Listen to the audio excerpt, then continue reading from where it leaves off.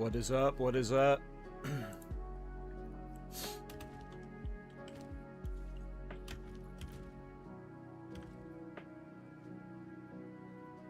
How's everybody doing?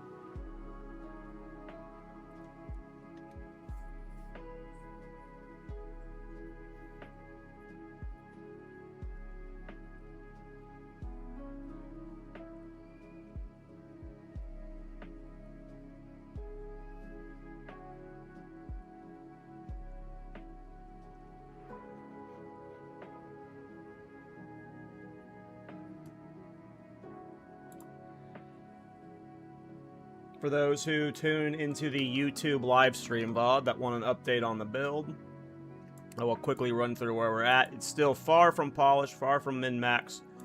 We are really suffering on currency right now, but we're going to be farming a lot over the weekend, so hopefully we can fix that. But let's talk about the build. I am doing the Master of the Elements Witch Hunter. The goal was using the 120 or 100 plus weapon passive points to be able to play essentially two playstyles at once. So we are doing Lightning and Spark in weapon set 1, and we are doing Comet and Cold in weapon set 2. The tree is looking pretty cool. We are using, for the Spark setup, we are indeed using Widow Hail. We are doing a Quiver technique from 0.1 to buff Spark. I believe this is popular in Pathfinder Spark builds right now. So in weapon set 1, we just have a bunch of projectile stuff, projectile speed stuff, quiver bonus stuff, and a bunch of projectile stuff and lightning stuff. The goal is just to make Spark as fast as possible. We have a lot of projectile speed with projectile acceleration 3. Your projectile speed also applies to your projectile damage. So by having a 295% Widow Hail, which if I could get over 300%, that would be nice. Buffing a Quiver with +2 projectile skills, with 40% increased projectile speed, as well as chance to pierce on it. It essentially makes our Spark function really well. It's got 100% chance to pierce, it's doing crazy damage, and that's really fun. And then in weapon set 2, we're trying to nuke bosses with Comet. We are hard casting Comet, not using any cast-ons right now. Bossing is definitely the weak point right now. We just need to get better gear for that. I'm on a really weird budget right now, and we're still doing Culling Strike. I think at some point we're going to have to swap to the Vertex or something like that. But for now, we're going to keep rocking Culling Strike. It's a fun build. It's a fun build. It is far from perfect. If I had a bunch more currency, I could probably min-max it a lot better. So we're going to see if we can do that.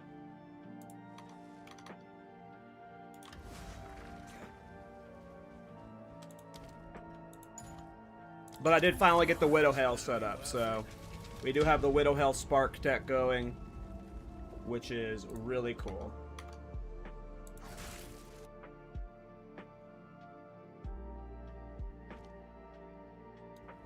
Which is...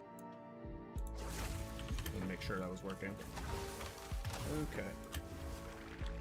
Alright, I don't need Frost Infusions anymore. I just did a swap to where I'm using the one thing. Mana is our defensive layer, so it looks like I'm low life at all point, but mana is our defensive layer. We don't have a lot of mana. We definitely need to get that a lot higher, which is our next step. We're going to try replacing rings and stuff soon. Impressive endurance. A moment of respite.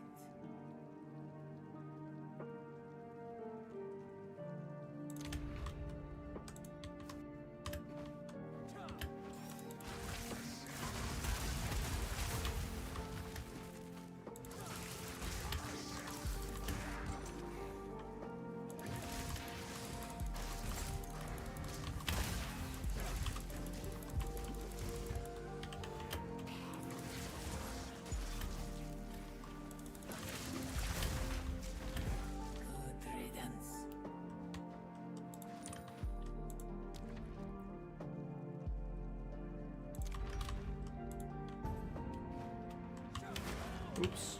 I did not mean to sprint stun myself that way. But there you go, huh?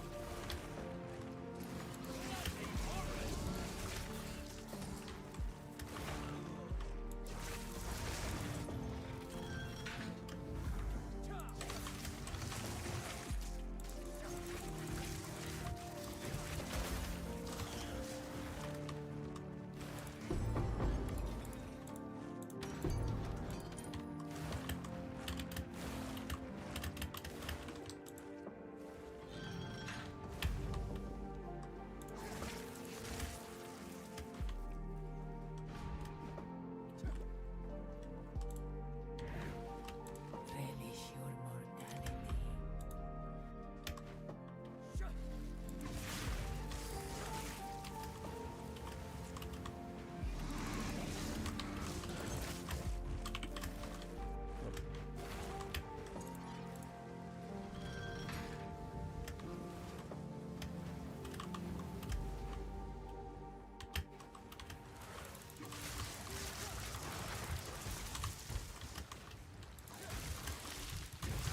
All in a day's work.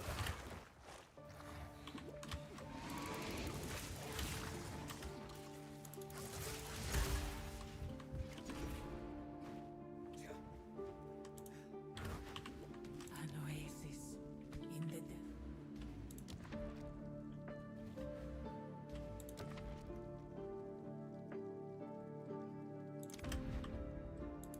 Hopefully that doesn't screw us with that top left corner, but we will see what happens.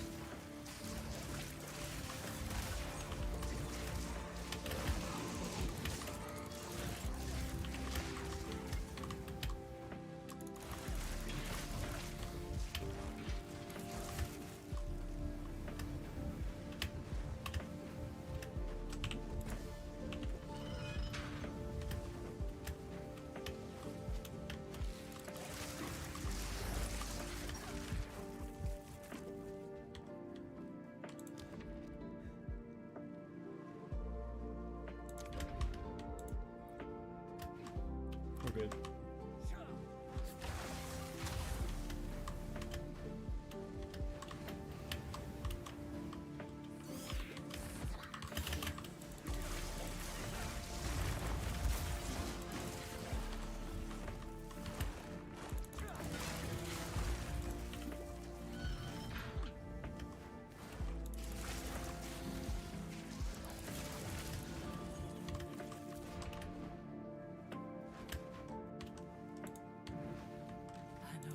Still your Cold Spark? Yeah, we're still Cold Spark. Still Cold Spark.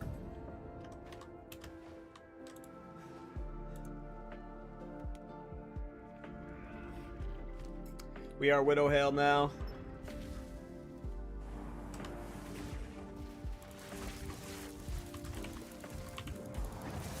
What is that cross skill at ground? You talking about the bomb?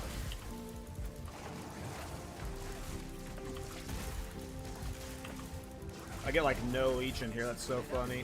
My leech is usually good enough when mapping. But here, because there's so few mobs you're hitting, your leech is pretty low.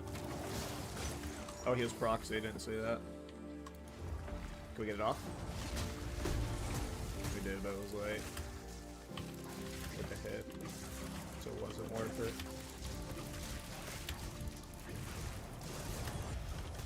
I think I need to play more now that I'm not using Frost Bomb efficiently. Any way to make the Frog Quiver work? Not outside of it being super meme tier. The foe ahead is formidable. Oh wow, I've got no life. Beware of the burst.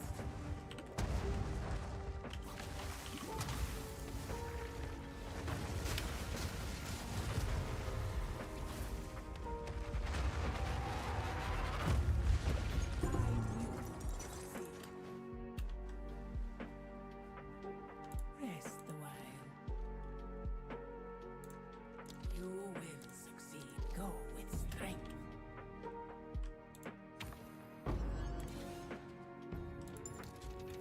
I think Prada said on the podcast recently that he was working on a Frog Quiver build, but every time I've tried to make it work, It's been super memed here. It sounded like he was working on like an Abyssal Lich version, because he said he was going to make the AoE super big. So I assume that's what he was doing, but I have no idea what Prod is doing with it.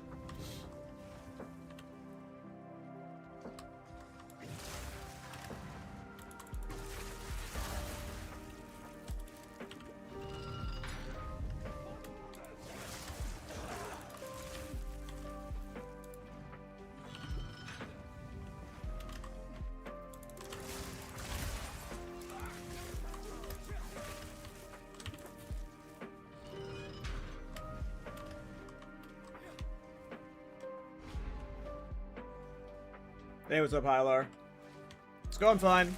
We're just like currency starved, so like we haven't made too many gear changes, but I feel like I've got the I got the passive tree set up how I wanted, so it's just like optimizing the gear around it and then minor tweaks from here. But we've got the full weapon set 1 and 2, lightning versus cold, widow hail, quiver, staff setup going. It's just like a budget setup right now, so we just need to get it better optimized.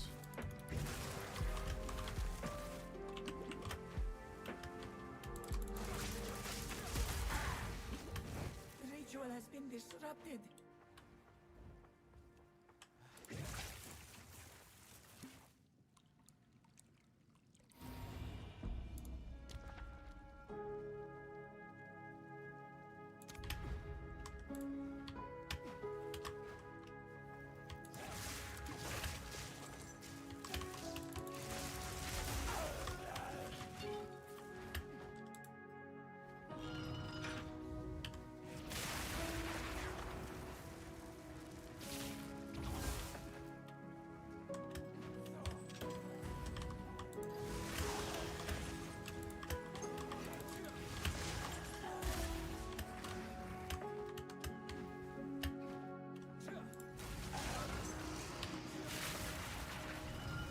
Hey, what's up, Fishy?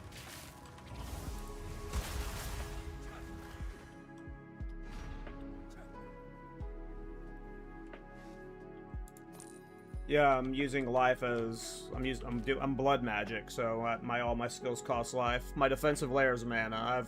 I'm using mind over matter, Eldritch Battery, so I'm tankier than I look. I'm not super tanky, but I'm tankier than I look. We need to get more tanky. We don't have any like mana percent increase maximum mana on gear right now. We can get a percent increase maximum mana like rings and some I think there's a couple there's at least one soul core or something. We're very budget right now. But no, my life pool is 3,000 mana right now. Before, and then the life pool is the life pool afterwards. That cross. I don't know what cross you're talking about. What do you mean what that cross? This skill? The bombs?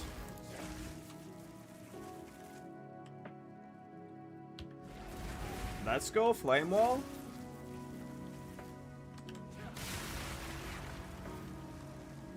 I'm not sure what cross you're talking about. Oh, that's Zealous Inquisition. That's the Witch Hunter Ascendancy. 10% chance for enemies you kill to explode. That's Witch Hunter. That's a Witch Hunter thing. Sorry. I'm just so used to that being like yeah, my bad.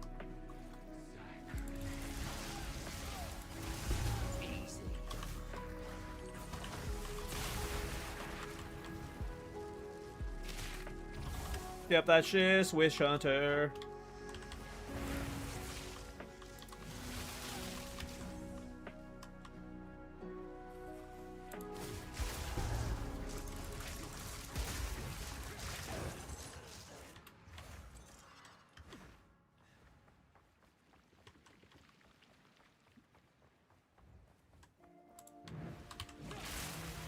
Anything for a sip.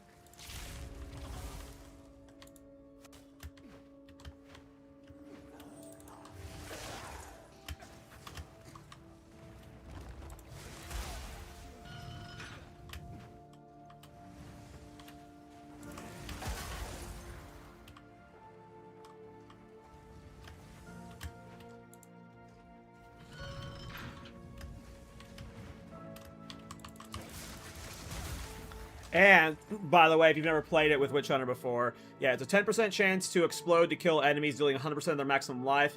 If you've ever used any of these on-kill effects that deal damage based off the enemy's maximum life, whenever like, obviously that's huge. Like, if you have an enemy that's got, you know, like 300,000 life, and that's the one that explodes, it does insane damage around it. And you can have multiple proc at a time, but what's cool is the line at the bottom, chances doubled against undead and demons. This makes it where when you're doing Breach specifically, which is full of these, it is proccing like crazy.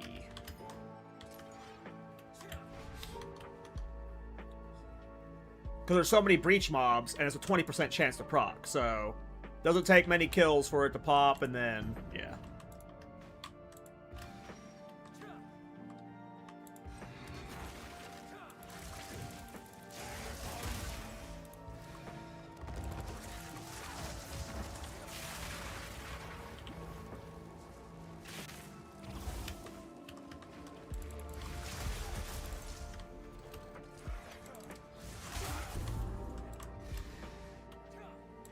Took a goofy ass route.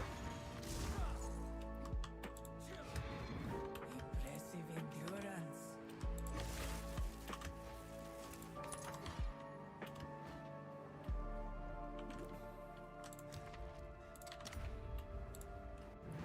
Two ancient guardians await you ahead.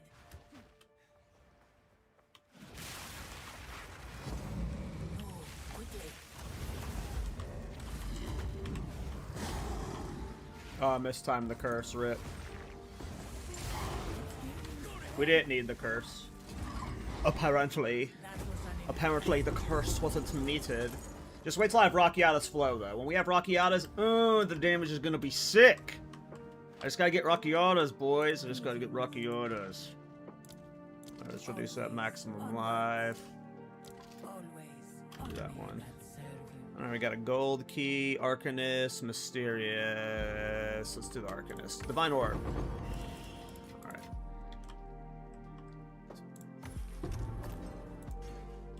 How are you generating remnants? Frostbomb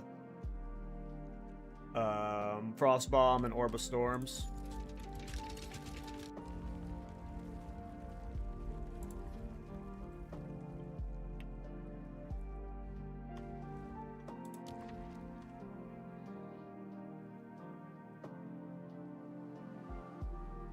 Hell yeah, big. Yeah, I'm a huge Witch Hunter fan. I've been playing Witch Hunter since 0.1 as my main ascendancy, and it wasn't always this good. It has been buffed and buffed and buffed.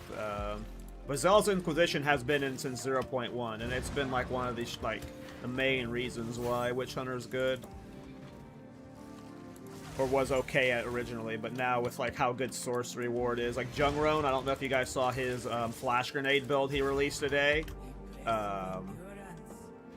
You know, he's got an 8,000 energy or 8,000 Sorcery Ward on it, which is just like crazy good.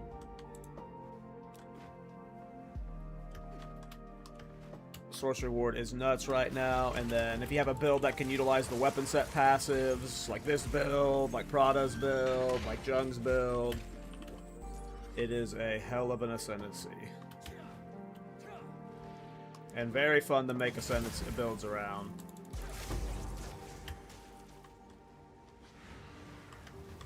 Whenever, like, right now I league start usually what's new, but whenever things, like, stabilize, or, like, if we ever get, like, patches without new classes, I will be league starting Witch Hunter always. Always, always. This is my main, for sure, for the duration of this game, I can imagine. Like, unlike, like, I could see, like, Duelist releasing something I want to like, play a lot, but Witch Hunter's fucking cool. Yeah, I mean, that's what you're supposed to do is with High Desire. High Desire doubles your EV if you haven't been hit. That's how Jungroan got to 8,000. That's how I got to 6,000. And without even leaning into evasion, I bet you can get an insanely high Sorcery Ward.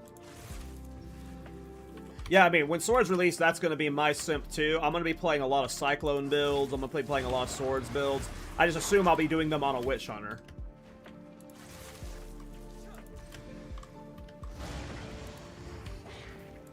But Duelist, like, I can imagine Duelist, like, having something that's really cool.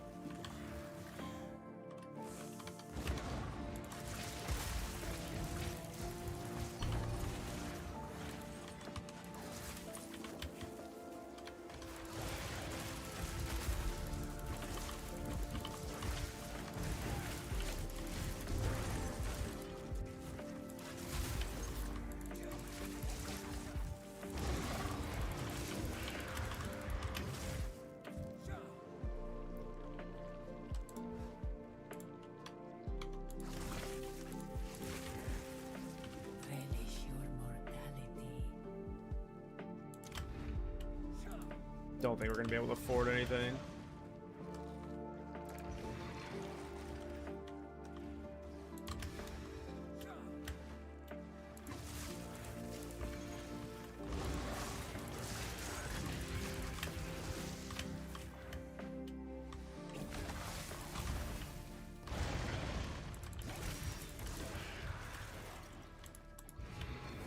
Stand tall.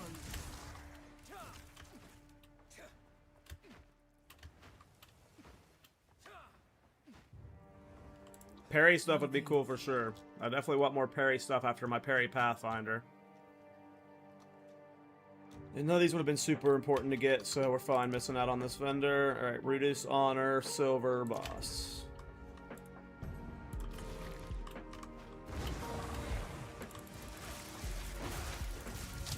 Always forget to get my ice charges at the start.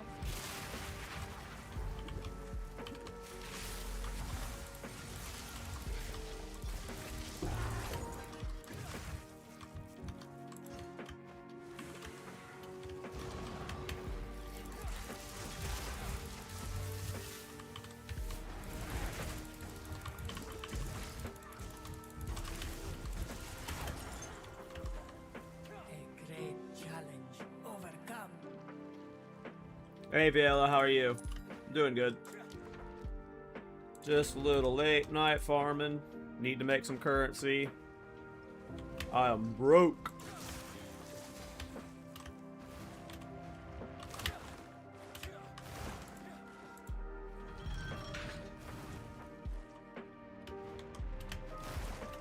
Are you playing solo self-found catastrophe? I'm pretty sure the lineage support gems, from what I've been told... Oh, I forgot. You can go this way now. You used to, like, double back. I have been told that the lineage support gems from those things are, like, pretty similar in their drop rate. Like, you just, like, it's just a 33% chance almost to get any of them.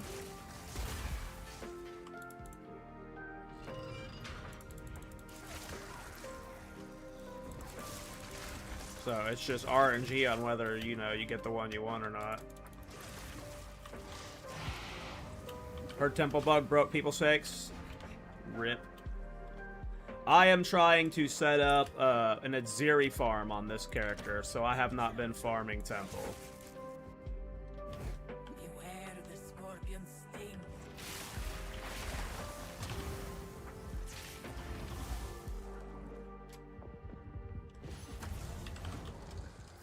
Always cast it too early.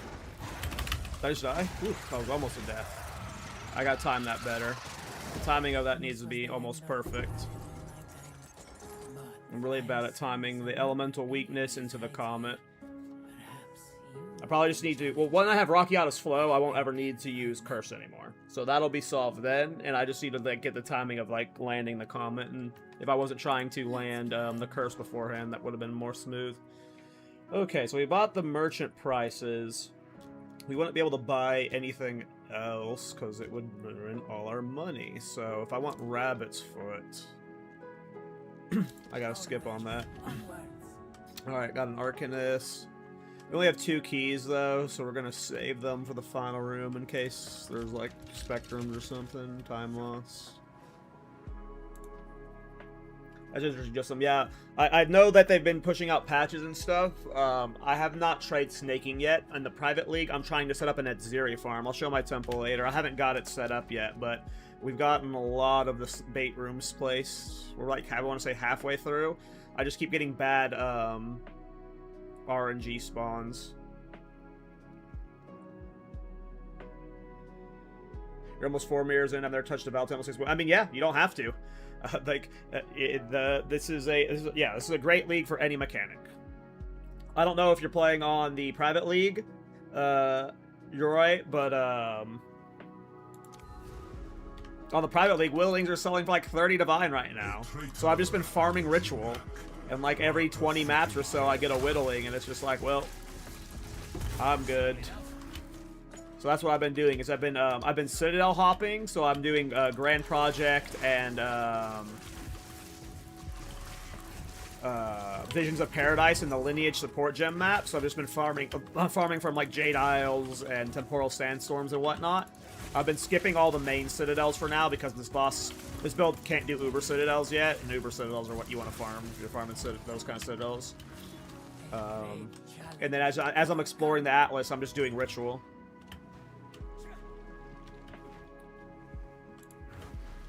An oasis in the desert. I'm okay with room types unknown.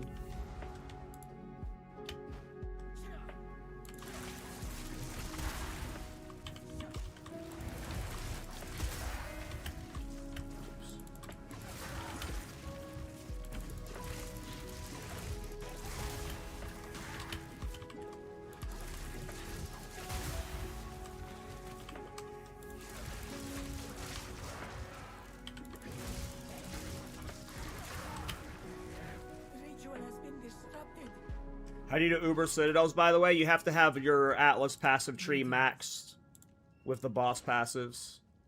Well, there's a 50% reduced merchant prices, but at this point I don't care about it. We'll just get that in case something bad happens.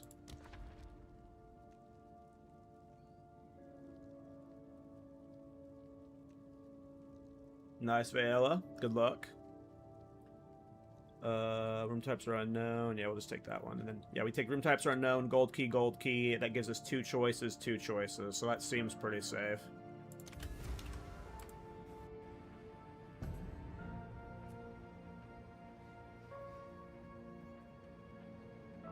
Oh, so you're doing Against the Darkness runs? Yeah, I want to, like, potentially do Against the Darkness runs, but, this build's just not good enough for that yet on the private league. But yeah, I mean, it's interesting because, like, Sanctum used to be my #1 farm, but I never did Against the Darkness runs. I always just did normal Sanctum and sold bases. And then, like, farm Grand Spectrums. But Grand Spectrums, like, have kind of died this league. Like, the prices of them are, like, super low. Because before, in old patches, rubies and stuff were, like, 30 divines. They sold really well. But now they were all, like, less than 6 divines. So that was always my main currency, was selling vases and stuff. Vases are selling well on the private league. At least yesterday, they were selling for 6 divine each. So I have a relic drop trance set up right now. Okay, so hopefully this room right here is not a bad room. And we're about to get a bunch of gold keys. Oops, I need to get this. But yeah, I love farming Sanctum. I just haven't done much this patch. And maybe I'll set up Against the Darkness farms on this run, on this character, because I'm sure that'll make bank on the private league. Gotta be careful.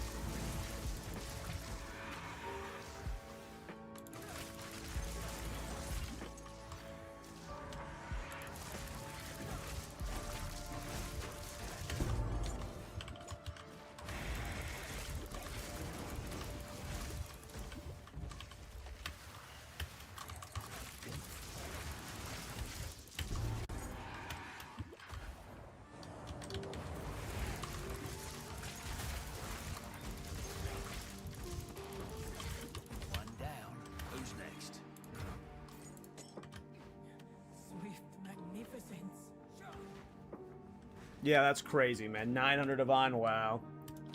Yeah, because I remember whenever I was doing my supporting fire tactician, I actually wanted an Against the Darkness back in a few weeks ago. And all the ones that had Spirit on it were like a few hundred Divine then. So I'm actually not surprised they're at almost 1,000 Divine now. With just the Spirit roll. Okay, that's perfect. Gold key, gold key, gold key, gold key.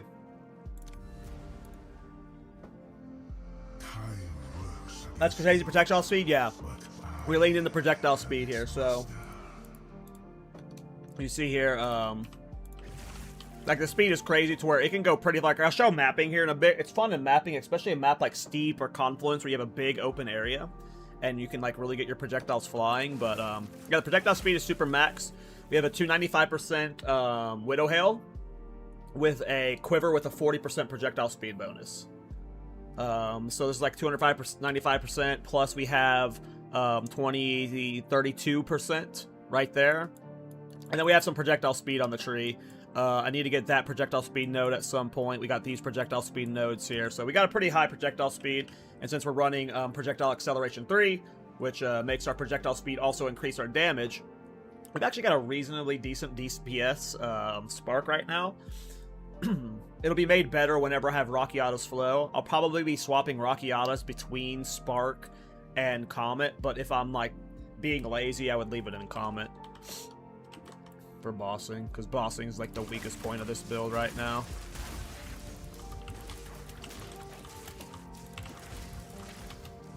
That reduced recovery, nasty.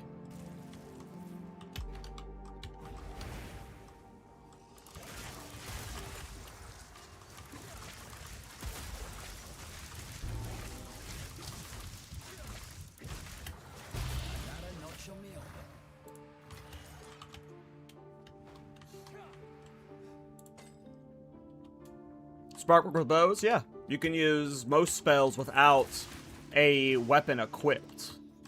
Like, none of these, like, if you read the spells here, none of them read require martial or, like, whatever, you know, these are called. Whatever non-martial weapons. Like, no spell where it says requires... I mean, most spells don't say require anything, you know? You can use any spell with any weapon. For the most part. And then Spark is just one of the few skills in the spell skills in the game that work with Widowhail. This has been around since 0.1. People have been playing Widowhail Spark. I don't think most people play it anymore, except for Pathfinders, though.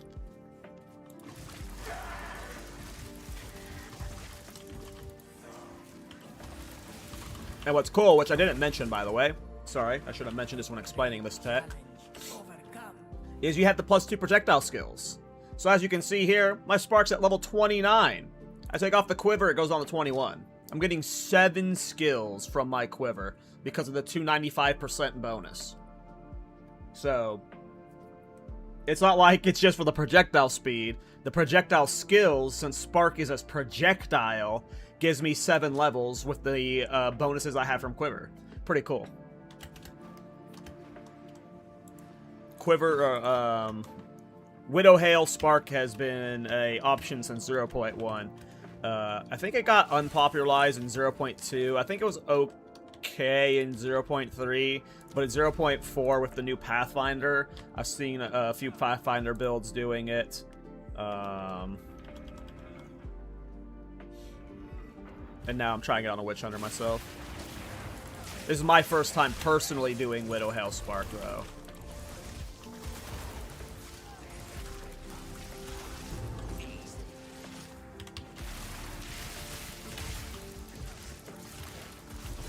Somebody be careful, I'm down to 3,700 honor. Ooh, took a big hit there. Oh no! Well, throw over the sentry. I got greedy with those spark kills. I don't know, I saw him casting. Oh, he was hasted, that's why it went off so fast. I saw him casting it and I was greedy for a couple extra casts. But he was hasted and that attack went off so fast. I should have just let him cast it. The greed! The greed!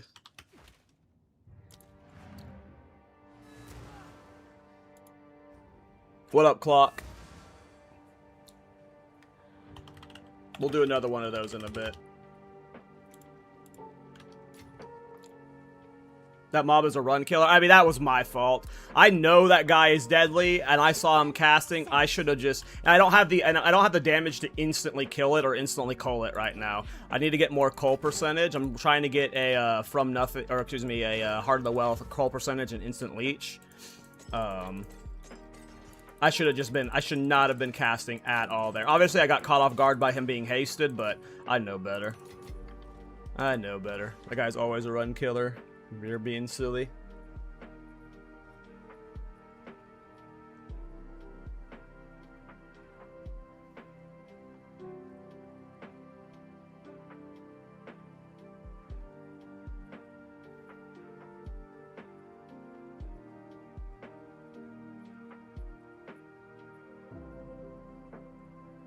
Well, I don't think I said... If I said that they couldn't be increased, that's not, like... That was poor phrasing on my end. They can be increased with skill speed. There is no point in increasing it with skill speed. It is a waste to do that. You don't want the intervals going faster with supporting Fire Tactician. It is, like, a waste for that build. It's like, there's no point in doing it. All you do is speed it up, but then... Like, you're better off with just, like, investing in cooldown recovery and having them overlap. You'll get higher DPS that way. Like, increasing the skill speed of it is not a net DPS increase for how you're playing the build. I don't think it decreased the cooldown. We tested that. We did a lot of skill speed testing. I'd have to go test later, but we did a lot of skill speed testing, and it was not a net DPS increase when we were testing it. If it does decrease the cooldown, it wasn't a DPS increase from our testing, but I'm 99% sure it wasn't increasing the cooldown.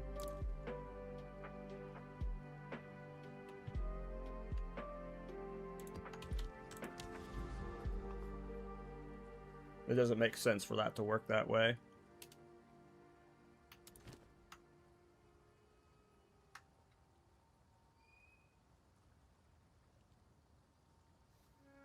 Which one's Rondel? That the skill speed one?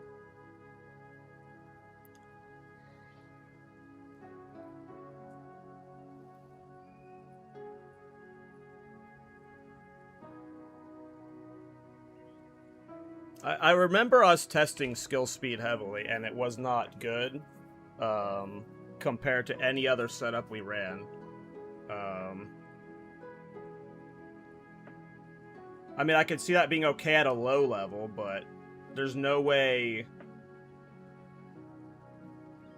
Oh, yeah, okay. Well, yeah, if you're doing the passives apply... If you're using the passives, the amulet skills apply to minions, yes, that would work that way, but, like...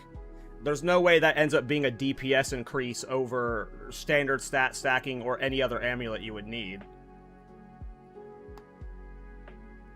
No, so what he's saying in YouTube chat is he's using Rondel of Fragility with the passive here that makes bonuses from amulet apply to your minions instead. So in that world, yes, you could get the skill speed applying to the minion, which in theory, yes, in theory, would make its cooldown lower, because that is the only way you could get skill speed for your minions. But I don't see how... I don't think that would be a net DPS increase. You would be giving up either a jewel slot to get a Crucible for Necromantic Talisman, or you'd be pathing over here. And then you'd be giving up your neck that has 3 minion skills, Spirit, and other stats. Like, I agree now with how he's explained how he's doing the tech. That would probably lower the cooldown of it, but I could not just see that mathing out better than a amulet with, you know, all that shit. I don't remember. It's been like a few weeks since I played the build, so I can't remember the exact setup. I get build brain soup really bad, so I don't even remember what kind of amulet I was using on the build. I know I leveled with the stat amulet. What was I using in endgame? Yeah, it was 3 minion skills amulet with global defenses, percent increased strength, and a bunch of energy shield. I just, like, there's no way that the 20% skill speed or whatever skill speed percentage you got from this was the high roll here. So 36%, like maybe if you were doing the Adorned setup, we had a POB setup for the Adorned for the supporting Fire Tactician, where it was a crit version. So I could maybe see a weird world where you would maybe use this here, but I doubt it. There's like no way you're not using the rare amulet with minion skills.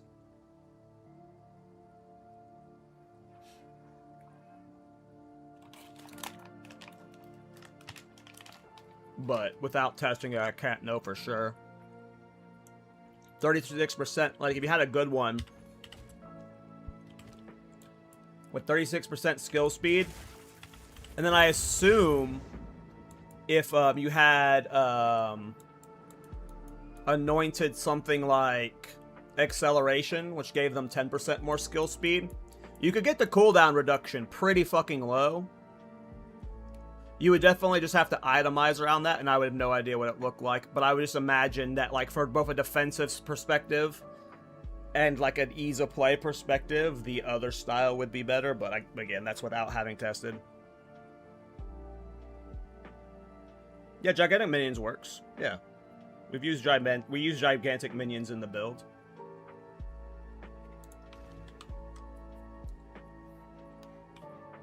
It's okay, Kadachi. It's okay. I'm on. This is a build that shouldn't be done on a budget. It's like a second build type character where you do it with like a bunch of like really good gear, and I'm just struggling to make currency right now. I'm really squishy. Solving the mana problem has been interesting as well. My boss DPS isn't great. It's a lot of fun to play. But we're still in that awkward phase where it's like I need a lot more divine, and I have been pretty unlucky with my drops.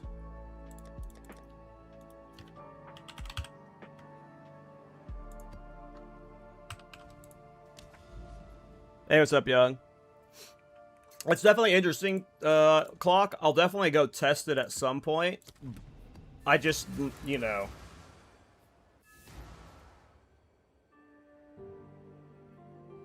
It would be,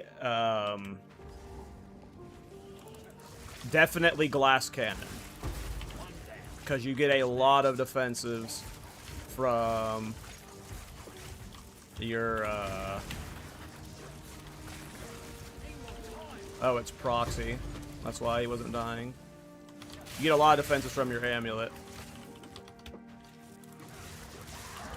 You definitely wouldn't be doing the stat stacker variant like that. You would be doing the more minion-focused setup. Or rather, it wouldn't be as heavily a stacker as mine was, because on my build, you were going for, like, you know, 1,000 plus strength. You would probably play closer to the Ostrich style, which is more minion caster-ish, lower stat stacker.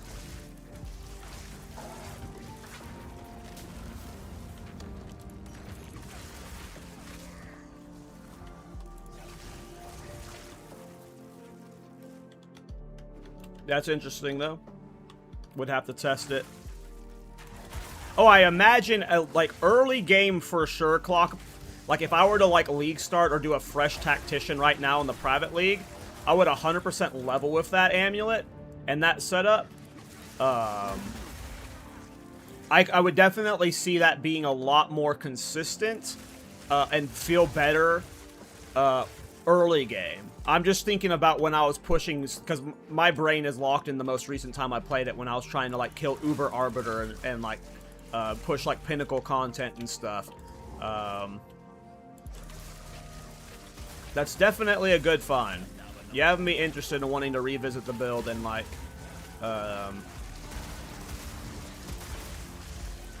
test that out. Maybe I'll play it in, like, solo self-found or something. Hardcore, maybe. Hardcore trade. I just don't... I would need someone that's a math person to, like, investigate heavily into the skill speed scaling, how fast you could get it, and then how you would itemize the defenses around it. I just imagine it would be a much more glass cannon version.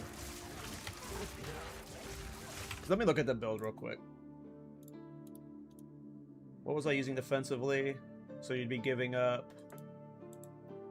I think you would have to, like, go full ES, probably, and just completely ditch stat stacking.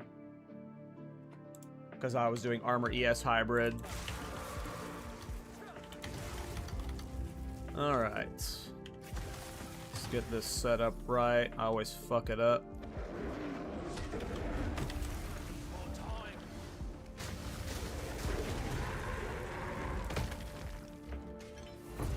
Oh wait, I need to do my rituals.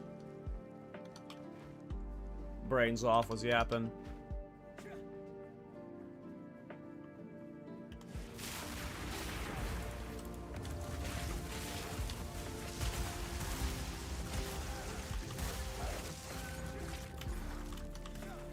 Where's the other one? Way up there? Okay.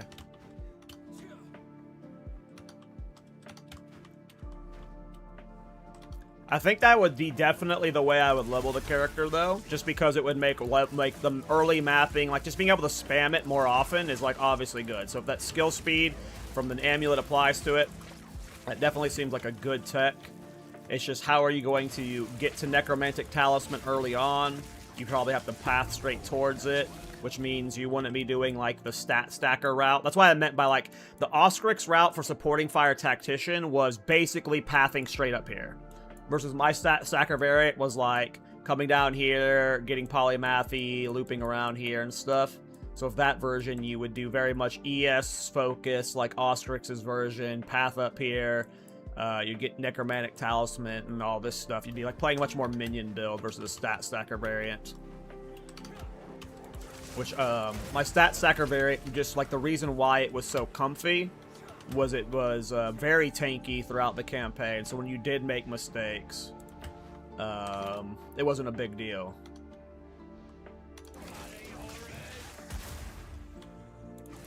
Hey, what's up, Shrieky?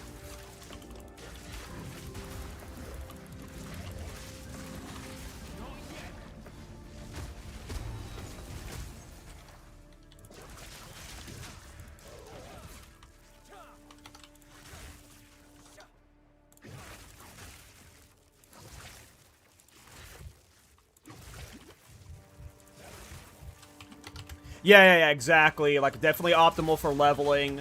Like, the stat stacker just made you so tanky. I would just, like, it would require, like, I'm not going to completely write it off right now. I would want to say my variant is definitely, like, a comfy variant for sure. I would just have to play with, like, leaning into that skill speed and crit.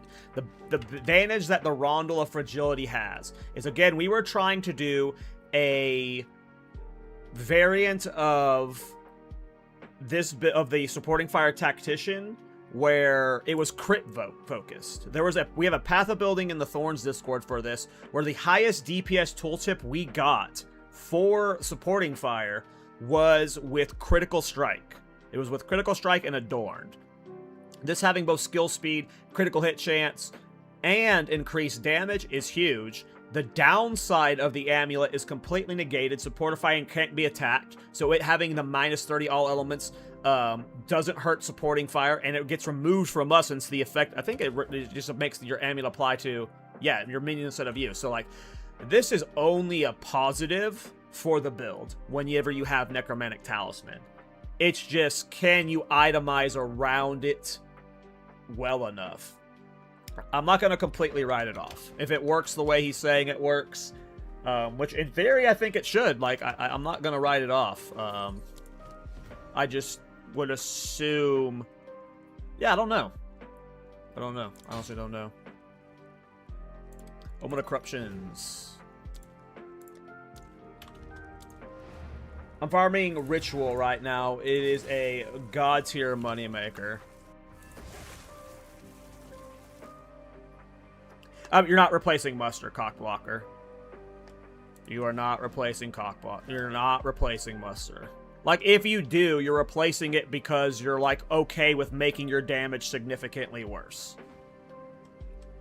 Can you get, like, supporting fire's damage high enough without Muster to where you're doing most of the content? Potentially with a good enough budget, but Muster is just so much damage, man. It's an unfortunate thing. As you can see here, though, guys, Omens on the private league are going for a lot. What are Omen and Corruptions going for? 100 plus right now? 158. Splinters are going for 2 Exalteds per, so that's why I've been farming it. What was my tooltip for Arbiter? 600,000, I think. But that was with also being tanky enough to eat a lot of his hits, so we could have gotten a lot higher. If I like was willing to be full glass cannon, but I don't like playing that way. Let the music stop.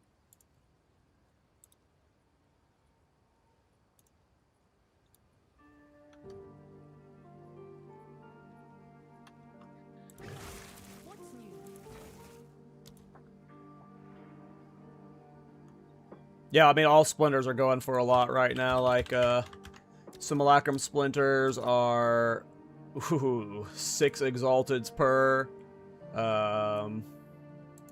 Breach splinters are 4 exalteds per. So it doesn't matter what content you're doing, you're making money. But the reason why I am farming ritual right now is because whittlings are going for... Earlier, they're going for over 20 divine. So they're at 24 divine right now. So you get a whittling...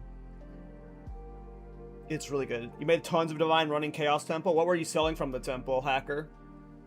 Just the, just Soul Course? Or are the, whatever they're called, selling well? The Fates. Whoa!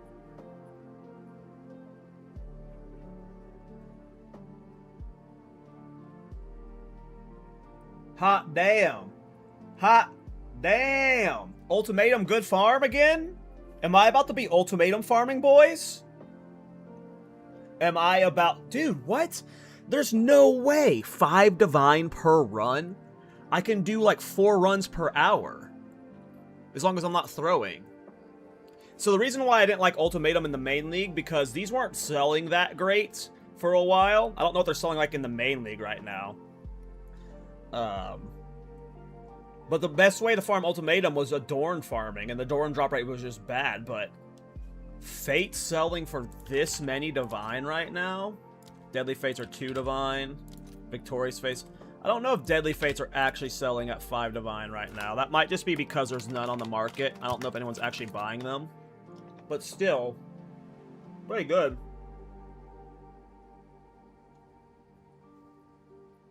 They're like 120 runic splinters on the map. Nice. I'm gonna guess they're all selling for 2 divine each. No one's buying at 5 divine.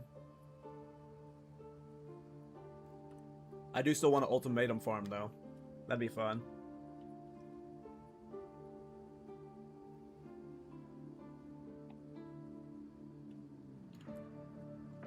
Yeah, there's like no market ratio. I'm pressing alt.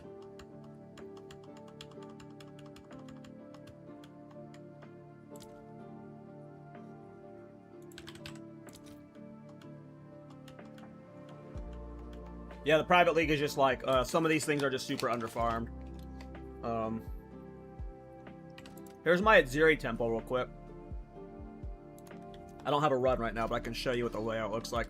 I'm just trying to get it, I don't know if I want to put these there. I have a video I was watching earlier about how to set up the Atziri farm, and he doesn't put any temples here. But I'm trying to get all the bait rooms set up to where you can basically force the Royal Access Chamber and Architect to always spawn in a spot.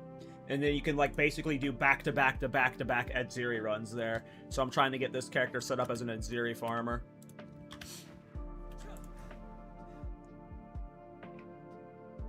I don't think I've done a single Temple of Chaos on this character yet. I have no idea how well it'll go. My boss damage is awkward with how I have to time Comet.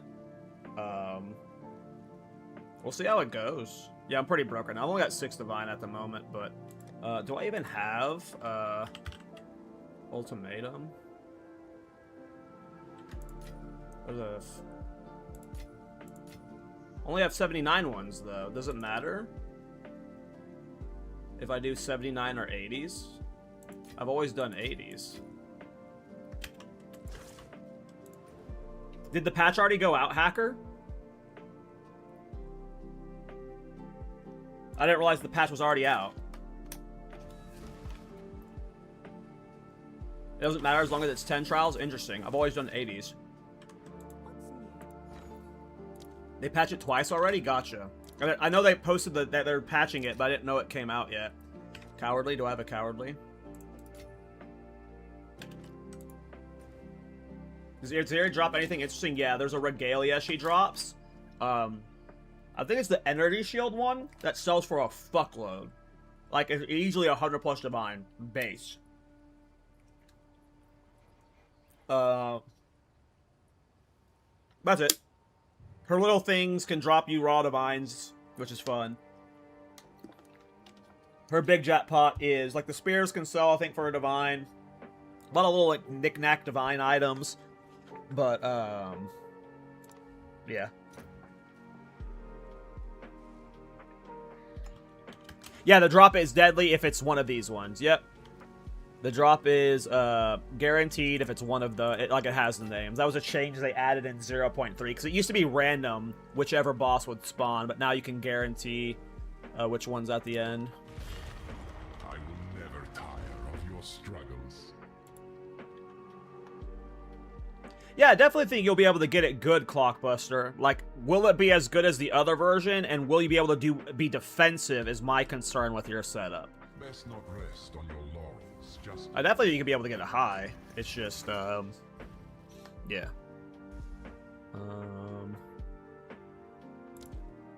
slay them amongst the flames. Do you think Prize Pain and... I don't know if Aquo gloves with Prize Pain would work. We've tried a few weird Prize Pain builds before, though, and they're kind of cheese. You can make a fun technique with, I gotta be careful because my Chaos damage is super low. My Chaos res is super low right now. There are some parry builds with Prize Pain that are fun, but, for the most part from our testing, Prize Pain has been bait. I'm gonna guess this build's actually gonna be a pretty good ultimatum farmer. I don't know, though.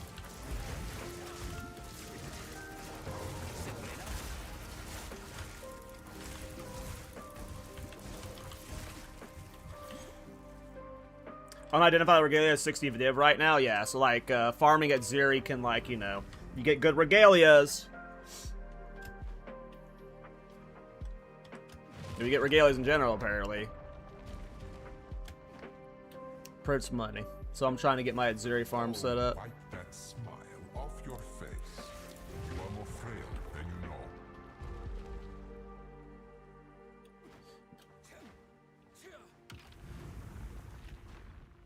Stand tide.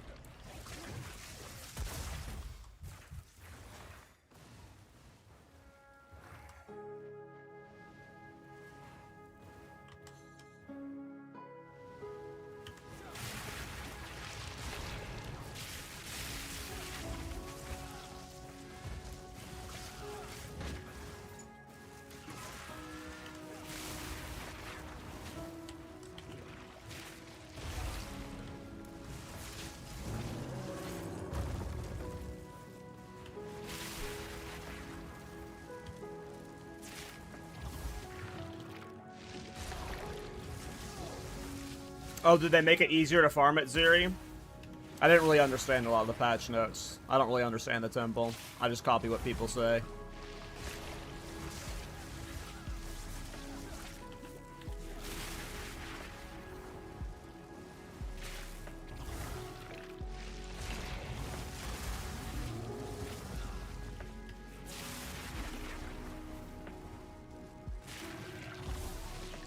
This might be my new, like, brain off, like, in between working farm.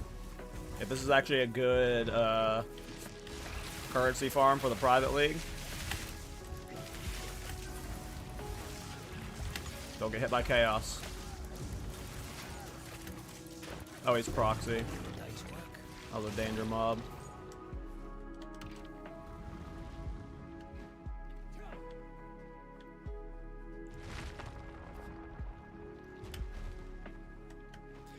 The worst part about this place for me is the escort one. I fucking hate the escort one. Regulated masses before you. Yeah, it definitely should reduce the timer or something. I don't know, there should be a way to speed it up for sure. I hate the escort one the most. No, this one. I hate this one the most.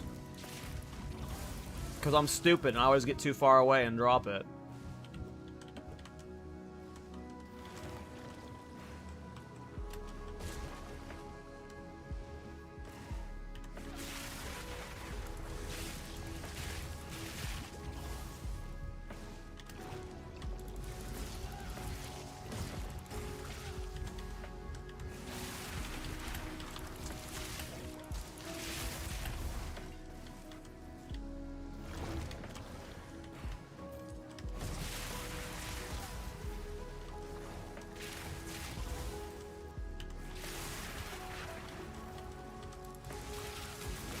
I hate this one so much.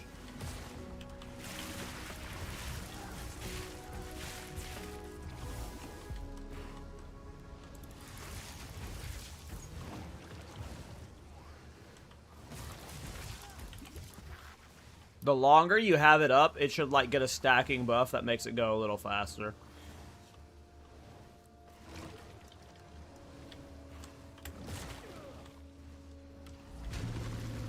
Cause my god, this sucks. Usually run up front, clear everything, run back. That's not a bad idea, to be honest. That's actually not a bad idea, so you can just brain off your way through it. Oh, I never picked the Ghost Affliction. Like, the Ghost Affliction is like... Just because of how brain off I play sometimes, I never take it. I would rather do anything else.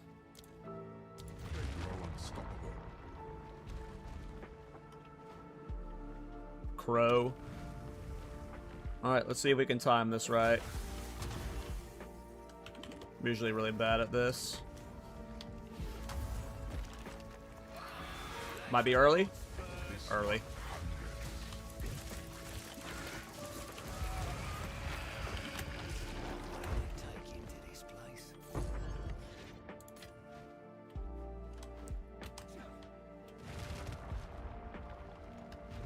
I also didn't get full fire infusions. I think I only had 2. I should have gotten to 3. Should also recast Frost Bomb so it gets more mid-fight. But the trial yet continues. They nerfed the bird dispatch, so it's even easier now? Nice. I'm guessing the other bird. Descends.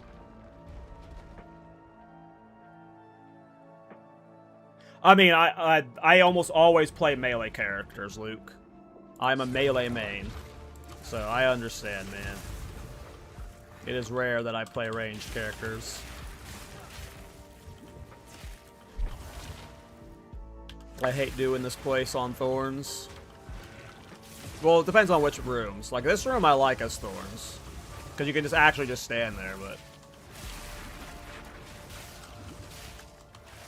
The melee woes are strong for sure.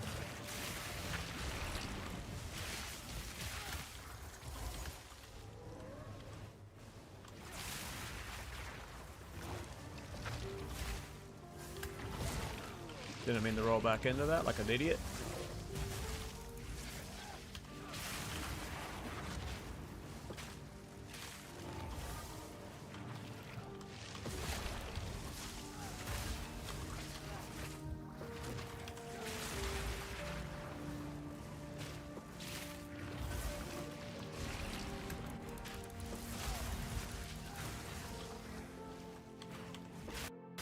Oh, black spike there, that was weird.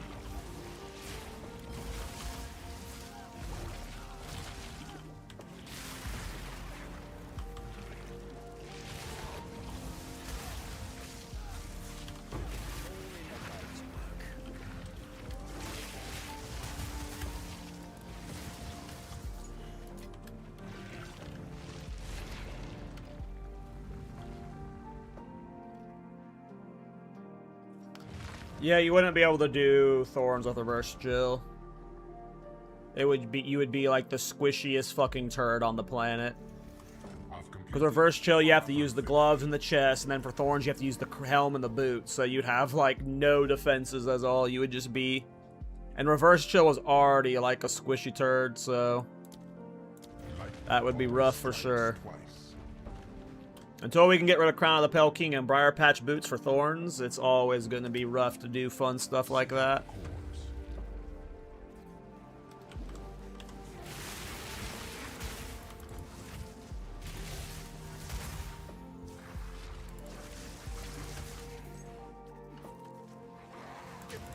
Oh, no, sprint death! Sprint death! Nope. We lived. We deserve to die, though. We deserve to die. I don't have any mana flask. This might be scary.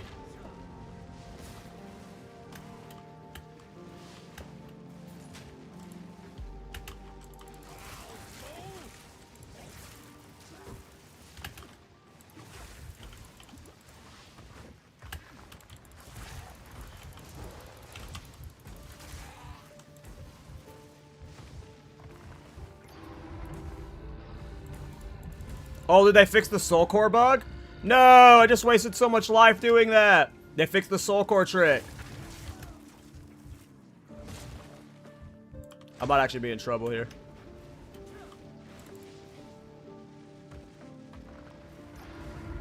I'm out of flask. I have nothing to leech.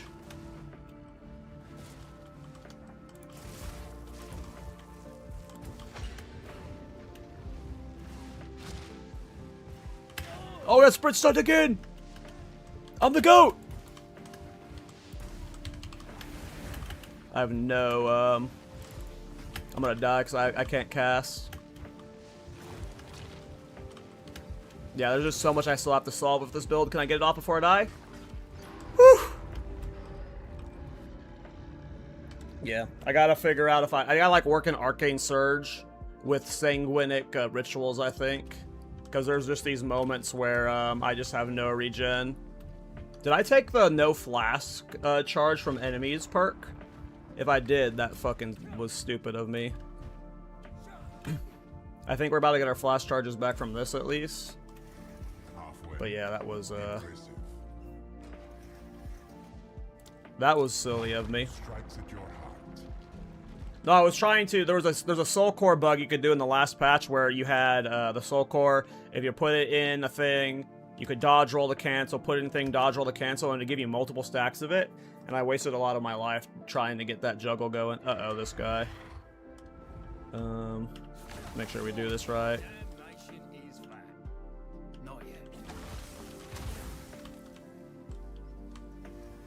Okay. Don't get hit. Okay.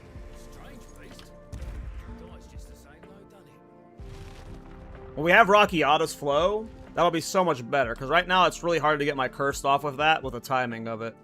Because I'm hard casting Comet. I'm not like, I don't want to do cast on crit Comet. All three of these fucking suck, dude. No fucking way. Chimera hits hard this patch. Didn't they buff Chimera? Is that why that one's 5 divine? Are people getting farmed by Chimera right now? Miso was confused when they buffed Chimera, and I said the same. I don't know why they did that. Man, all three. I hate the Corrupted Blood Pillar. I mean, this one fucking sucks. But this one would nerf my damage so hard because I'm using projectile speed on Spark. Ugh, I don't want to do the Pyramid. I don't want to do Resistance. We'll do the Pyramid.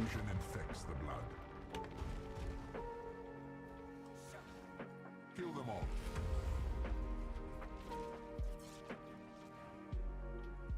I mean, there's a lot of good Thorns builds out there. The Fire Thorns modifier, though, is not very good. Right now, at least. Oh, fuck. Instantly Corrupted Blood. Almost forgot I had it. Almost just took Chaos damage. Well, I did forget I had it.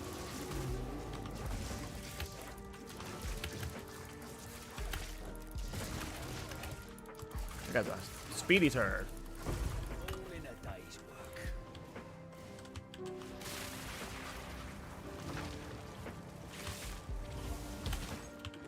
God damn.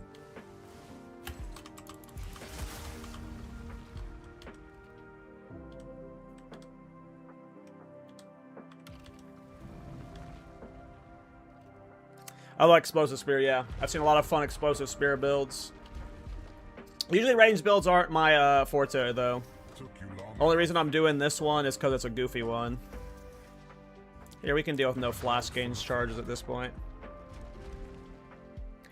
Dude, the hourglass shit. Oh my god, this one. Okay, we're gonna clear it before we walk it. We're gonna do that tech. The hourglass room bugging in Sekima still being in the game triggers me so bad.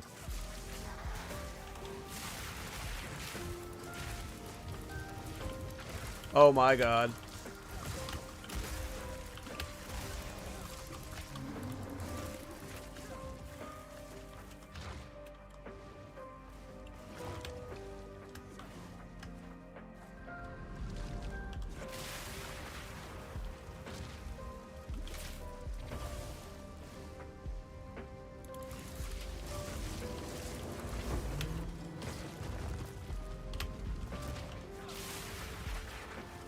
God, this is so annoying.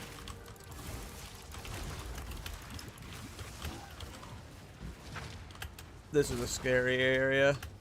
We got the lightning pods, we got the fucking turret, we got the corrupted blood, we got the blood pods. This was a goofy ass ultimatum, that was for sure.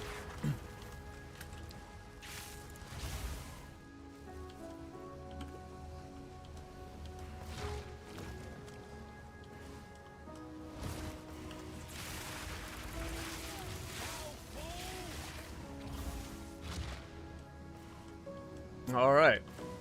Boost time.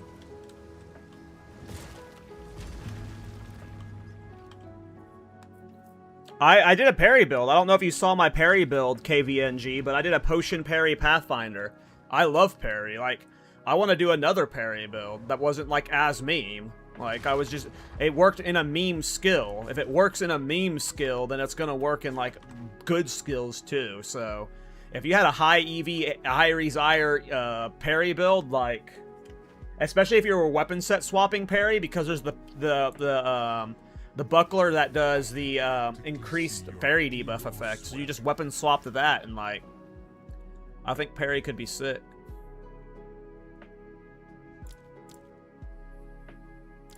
Alright, let's see if we just killed ourselves. Can we do this? Can we one-shot this booger?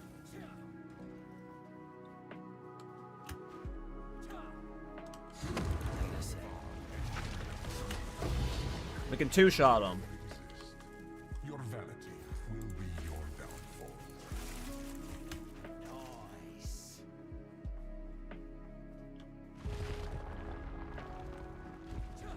So that's a good question. I don't think Corrupted Blood parry would work, because I believe the parry debuff is attack damage. I assume Corrupted Blood shield is not going to scale off of the parry modifier, since it's attack damage. If I recall. If I recall.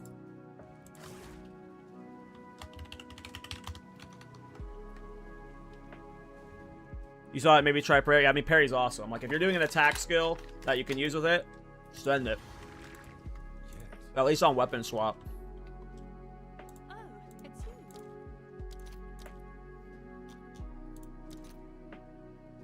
But they're always selling for a 30 Exalted Orbs, but 5 Divines.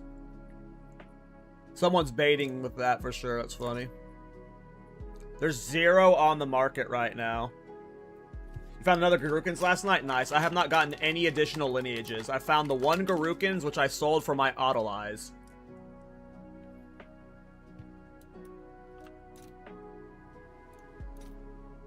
Let's see if I can bait anybody. Let's see if there are any takers. There might be someone desperate. They're like, fuck it. I got 150 Divine. I want to do Trial Master. Can I help? Whatever.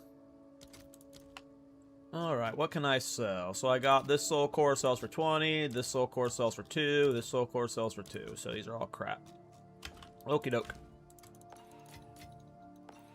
Yeah, definitely see me farming Ultimatum off-stream. I'm not the biggest fan of an on-stream Ultimatum. Pretty boring. But I love farming Ultimatum off-stream when I'm, like, watching TV or at work or something, so... I want to just keep farming for Citadel bosses. I need to... So what I'm doing is Grand Project farming, and then looking for Citadels for lineage support gems. So... I'm just sending easy blue maps with a ritual in them. We're farming Omens of Whittling, and just Omens in general. and we're just flying through chill maps, trying to just get to.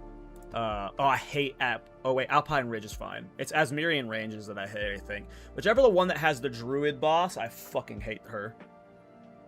She's so annoying for this build because she attacks so fast and it always interrupts my comment, and she just dodges out of it all the time. Like, this is the one thing I'm struggling with this build, is comment on bosses that move around too much. Because, like, Babala, the Asmirian range one, like, they're just, I can never get them in a fucking full 4 hit of Comet. And if I can keep them in the Comet, most bosses, at least at my current, like, Atlas passive tree, will die in the first volley. But if they get out of the volley and then I have to try and recast it, it just becomes a fucking pain in the ass. And because I'm doing damage taken from Mana Before Life, if I take any damage at any point, it ooms me to the point where I can't cast Comet. And then I'm like in this scary moment where it's like I gotta run around, pray I get enough mana to cast it.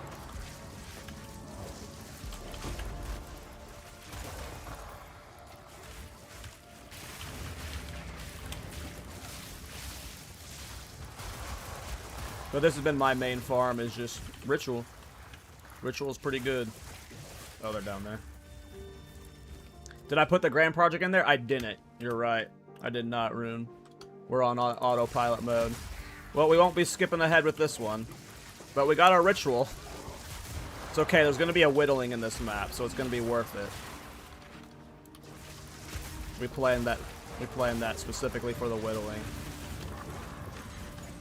Such is life. Such is life.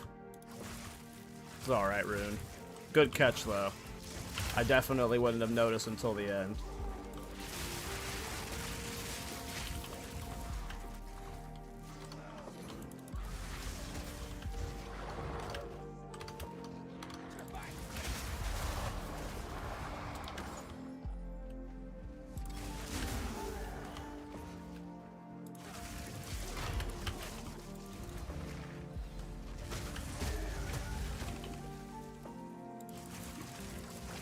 It is a lot of fun. It is a lot of fun. It's a fun build. It's on a super budget right now. So if you're someone with a budget and you think this looks fun, you can definitely like get this way more polished and optimized. Okay, we got those two so far.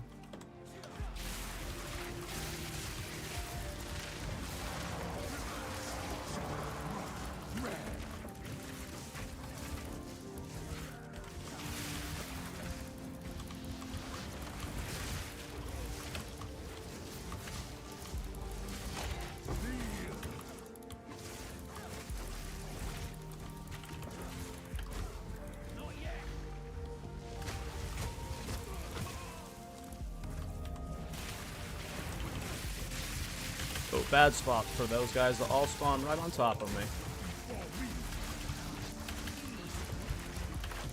Oh, that guy's gonna respawn because he died inside the ritual. That's funny.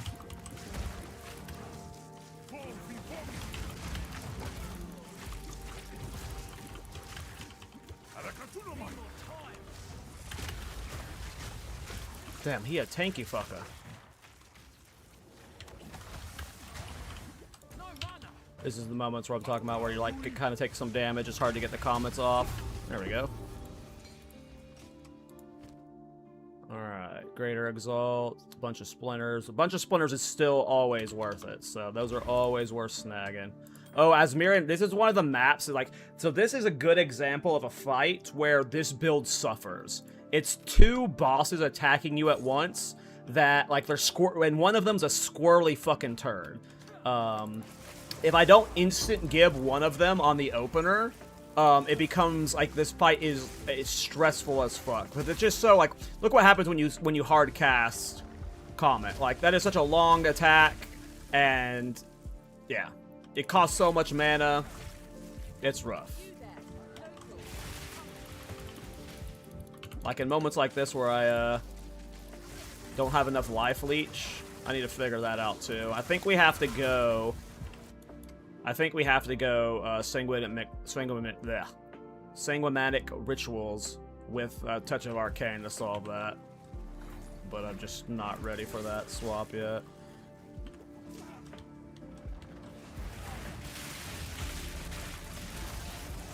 Alright, gotta be careful on this one. It's gonna have quite a few rares in it. That guy's back.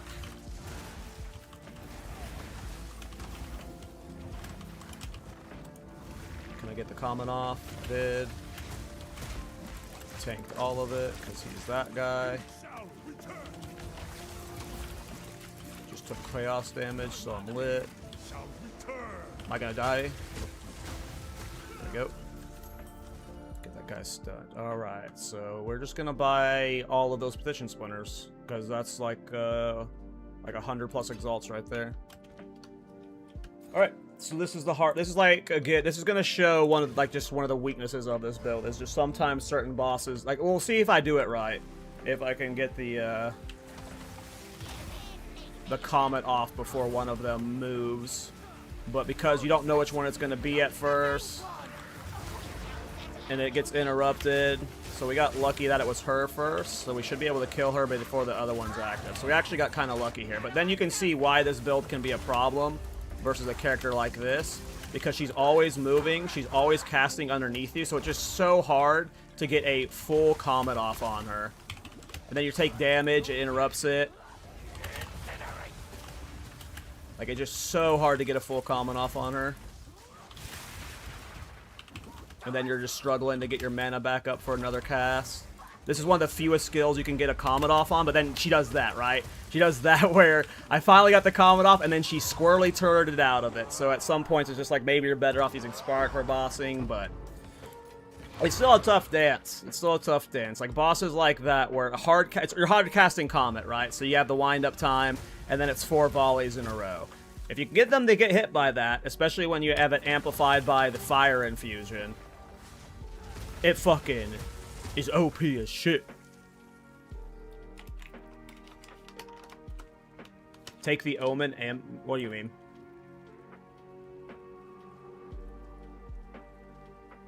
I thought it was always the witch opposite of the one you approach. I have actually no idea if that's how it works.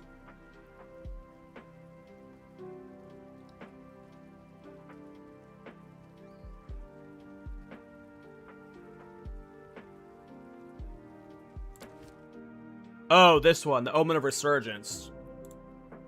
I see what you're saying, sorry. I have streamer brain. Sometimes it takes me a second. Oh, I need to go do that expedition. Gotcha, artist. I always assumed it was a 50-50 coin flip on whichever one would win it.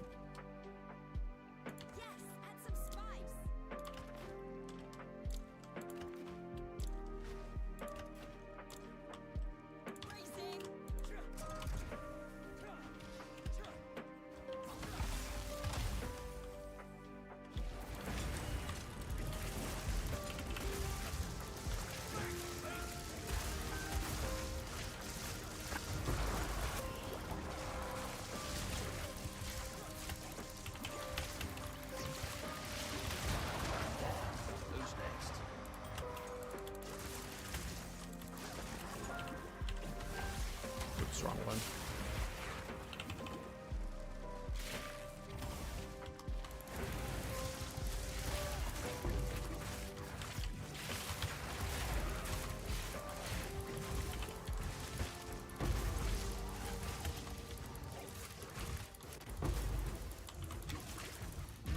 Oops. Pay attention. Go.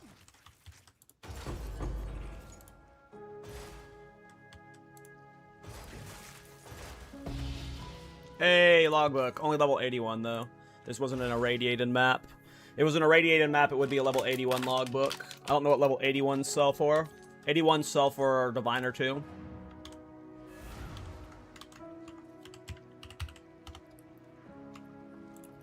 Let me get my Exile exchange on.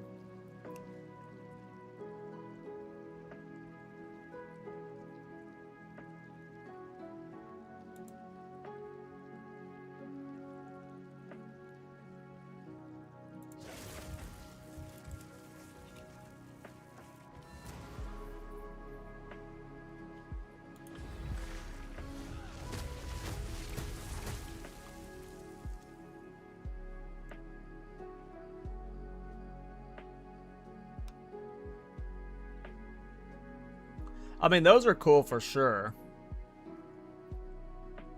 But I don't know, because we hit low life so much, it's just gonna proc like all the time. You could have like an army of them that are like always there to shield you, but how much do they cost, out of curiosity? Are they expensive as fuck, or they're just a divine each?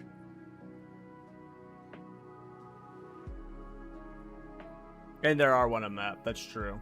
That is good for bosses, though. They're a divine each, though. Are they actually selling at a divine each? I know these are normally pretty cheap, right? Like on every other league before, these were probably like pennies, right?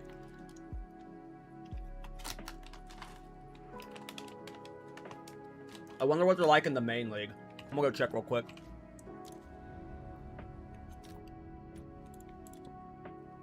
Because I just assume the private league doesn't have a big supply.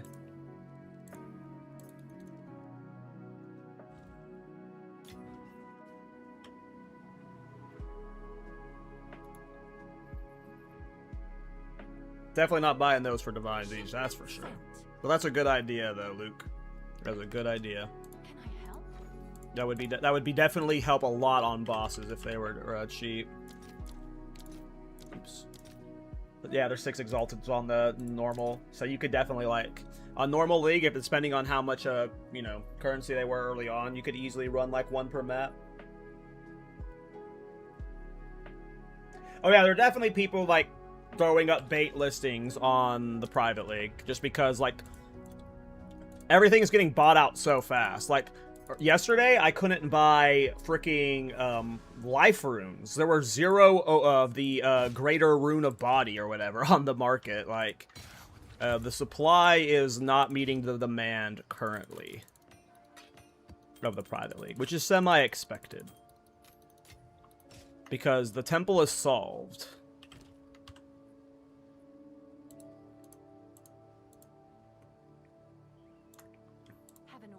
I don't think I'll get a divine for a level 80 logbook, but we'll see what happens.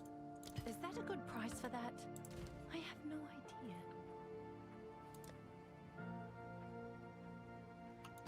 Well, unfortunately, we didn't grand project that map because we're stupid. Oh, we never finished it. I gotta go click the tower. Right. One way I've been making currency is by selling rare tablets, by the way. Not very many people have killed Arbiter, it seems, because rare tablets sell really well for me.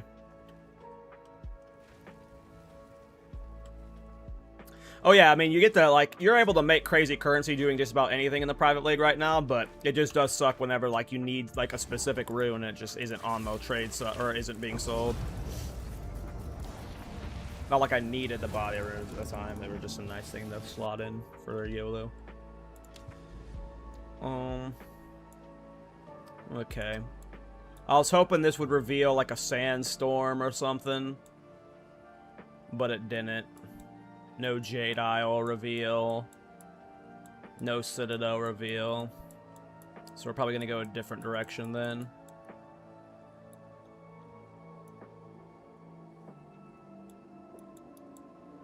Obviously, I got a bunch of Citadels up I can do. I just don't want to do Citadel farming right now. I want to get a Rockiatus Flow. Do I want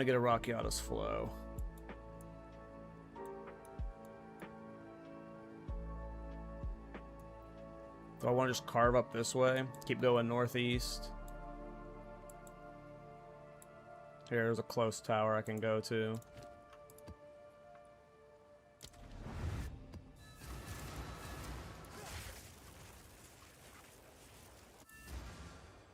By the way, in case you guys haven't seen it, we released the podcast yesterday or today. I can't remember which day it was.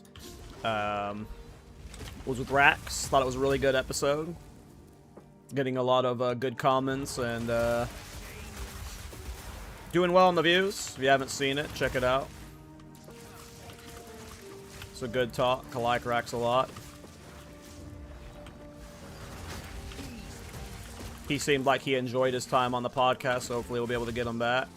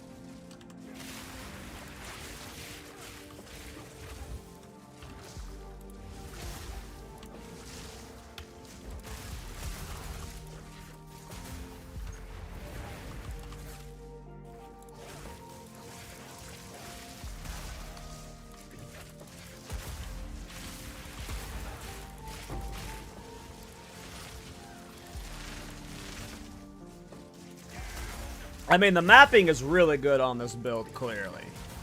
We just gotta solve the regen issues, and we gotta solve, like, the awkwardness of bossing. Rakiata's flow, I think, is gonna help so much with just the single target problems I'm having. Obviously. So, like, I'm not super worried about the damage when it comes to, like, pushing, like, normal tier 3 bosses or whatever. I don't know if I'll be able to get it to where I can do Uber Arbiter. Not without, like, a Prism of Belief or something. Getting, like, no life regen right now. I'm low right now, too. Got hindered. Gotta be careful. About to die, maybe. Nope, we're fine. That is a very fast enemy. I'm in trouble.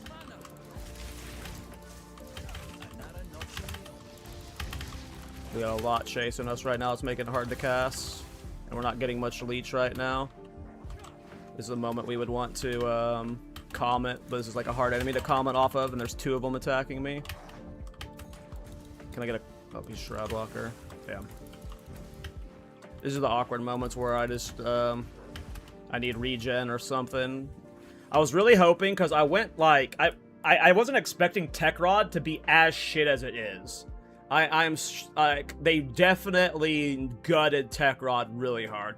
I was expecting Tech Rod to give me more regen, and it's just absolutely not. So I'm like almost expecting to completely drop Tech Rod and just do Sanguinatic Rituals and Touch of the Arcane, because Tech Rod is fucking useless for me, it feels. I don't have enough life to cast really anything right now. Maybe I can get a Comet off. There we go, that got us some reach. Fast Boy's back. Can I get a Comet off? There we go. That was more annoying than it needed to be. We gotta solve that for sure. Obviously, we might just, like, I don't know what to do because we're playing Witch Hunter with a high level Spark, and it's just like, how do you solve the mana pool problem? Like, right now I'm trying the Covenant to where I'm using, like, Blood Magic with Autolyze Bloodletting. It's possible I just need to go, like, Giga Mind over Mana with a huge mana pool and do that instead of the Covenant. There's still a lot that I need to test with. I've just been using the Covenant this whole time. I think I definitely need to drop Tech Rod, though, because it just feels fucking useless in these specific scenarios. And my Spell Leech isn't enough to where I can depend on it purely. Oh, it's freaking Proxy, that's why. That makes sense. Yeah, I mean, Tech Rod is, like, completely gutted. When we all have moments like that, the build feels great. Is this Reduced Recovery map? I don't think it is. Yeah, it's not Reduced Recovery.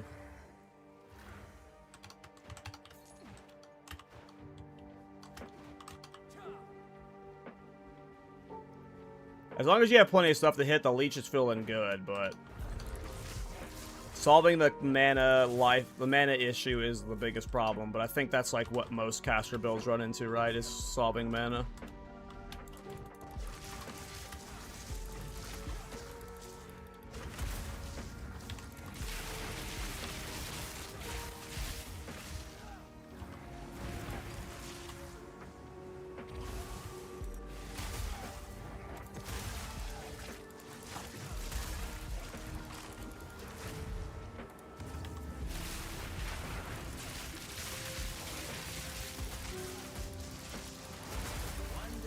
Like, at moments like this where I can leech a lot of mobs and I'm getting the blood globules, it obviously feels good, but when there's like only a few things being hit, you're almost like reliant on using Comet instead. But if they're a fast enemy, it's a little rough. Stupid damn spiders.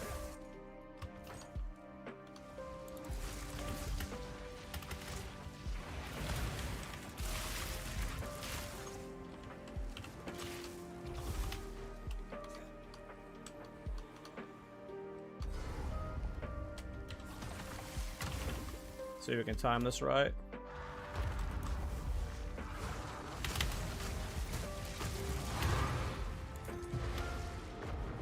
See if we can do that. feels good, but sometimes it's just a little awkward.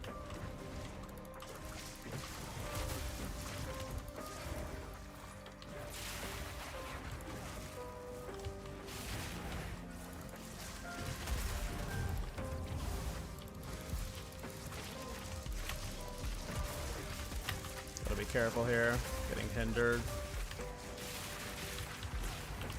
Taking a lot of damage. There we go.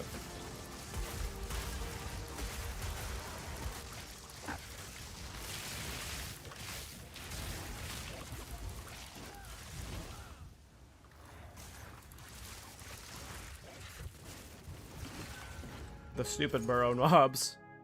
Alright, so let's re-roll. Don't care about any of this shit. I don't think bartering sell for anything. Yeah. Take splinters, re-roll. Another Omen of Resurgent, nice. Printing Divines, boys, via Omens of Resurgence. Yeah, 79 life regen, and now it's dog shit. Yeah, so I just imagine I'm optimizing out of Tech Rod at this point. Because it does not feel good. I was hoping that it would start to feel better with a higher life cost, but it really doesn't change anything. It's just flat rate now, and it's a shit. Over a bad duration. The duration really sucks.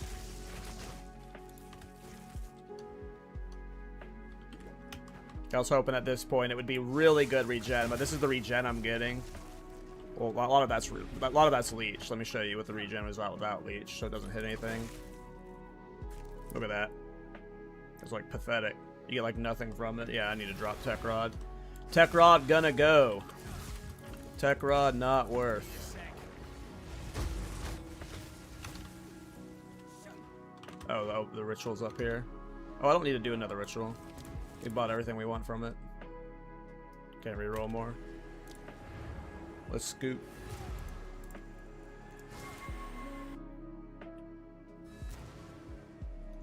Yes. Let's try something else. So I need 4 points to get Touch of Arcane.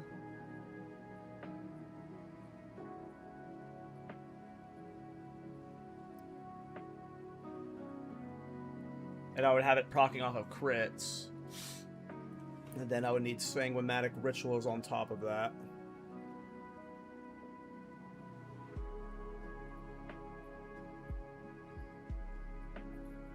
So I would need 4, 5, 6, 7, 8 points. So 1, 2, 3, 4, 5, 6. That's 6 points. I'm sure there's 2 points I could shave someplace that's neutral. Because I would probably want this in both builds. I may not want it in the Comet version, but I think I'd probably want it in the Comet version too. Because I'm having to do weird stuff to make Comet work right now. So I would probably want to make both of those neutral ground. So I'd either need to get 2 levels or shave 2 points. I can shave 2 points right there, potentially. I can shave 2 points, like, here. Get up the skill speed. Obviously, we just need to get more levels. Oh, I never put passives into this. I completely missed, Throat Seeker. Would you look at that? All got regrets. Alright.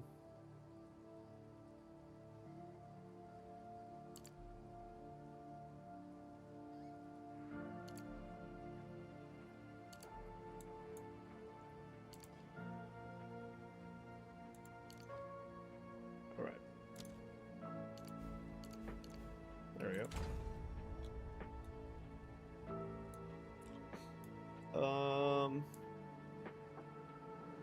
This is indeed a tree. It is indeed a tree. What's my critical strike chance of Spark right now?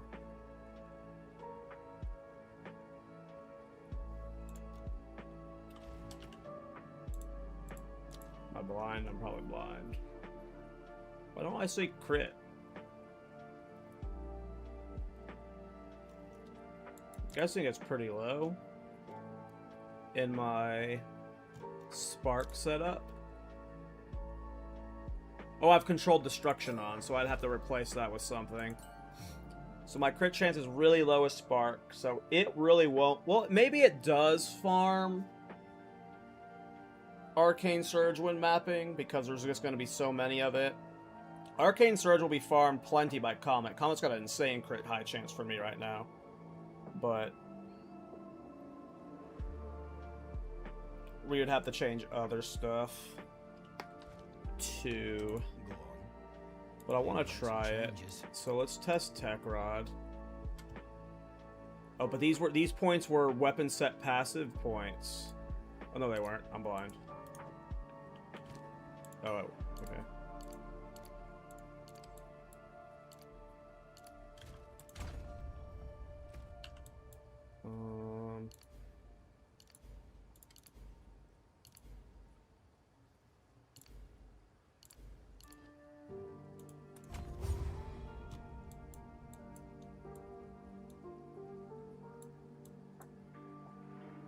This is going to be a DPS increase because we're losing a lot of... Well, we're not losing actually a lot there. Did my stats get fucked at all? No. I actually probably need to lower my dex. My dex is probably way too high. I need to lower my int too, get my strength higher for more life. Okay. So let's test how this feels. It probably won't feel noticeably different, but it can't be worse than fucking Tech Rod. That was just... that ended up being a complete bust. Unfortunately. I did not think it was going to be that booty butt cheeks, but it was that booty butt cheeks. Alright. Next map. This time we'll actually use the tower the way we should with a grand project. Oh, it's the same map I just did. Let's see how many times... Oh, I still have the crit thing in, right. So it won't be proccing off Spark. Oh, no, I took it out for now. Okay, let's see if we can get it proccing off Spark then. Haven't seen one proc yet. Did I take it out?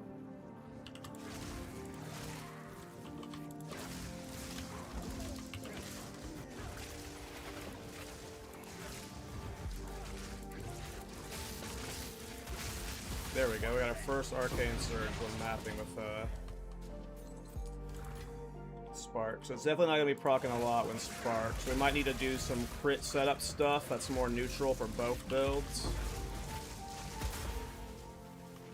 Because I really am not getting... So is the crit for Spark rolled when you cast the projectile and every projectile rolls the crit or not? Because I figured with this many projectiles going out, if they each rolled the crit when they hit the enemy, there would be a lot more Arcane Surge procs. But I'm like getting no Arcane Surge procs. It's really nice healing though. It's definitely really nice when it's procced. That was pretty good.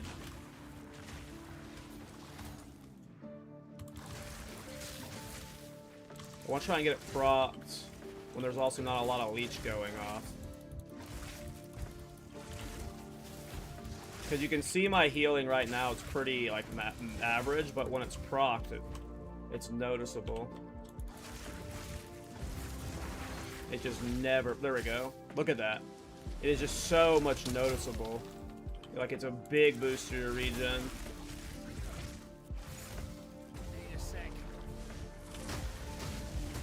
Are you going to play TBC? I don't think so. I'm like... Yeah, I don't think so.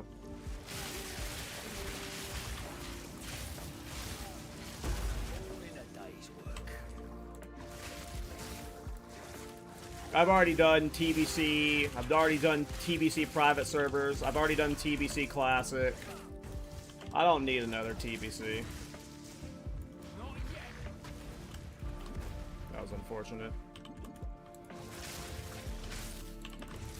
It's just not proccing enough to where it matters, because when there's only a few enemies on, you're really not getting the leech you want.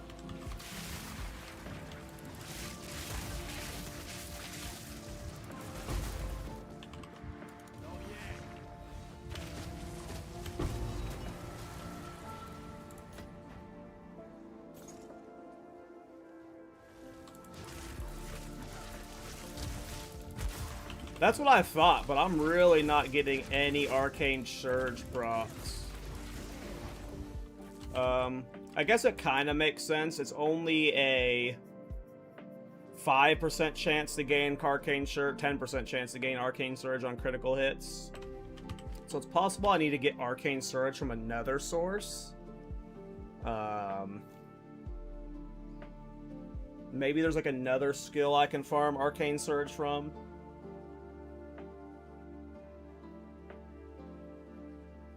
I'm not sure. Oh, my crit chance for Spark's really low. I'm not playing Spark crit.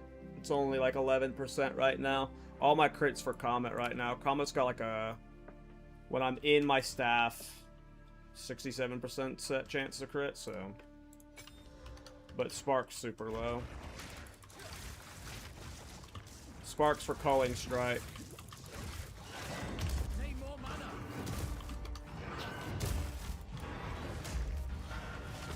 I didn't do the Fire Infusion.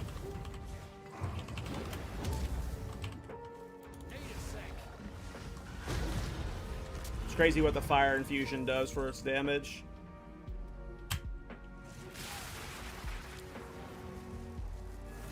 Yeah, so definitely not going to be farming Arcane Surge with Spark. So we're like better off of this as the setup for when it is procced. But we'd have to farm Arcane Surge from another source. Or just do full crit Spark, but the problem is...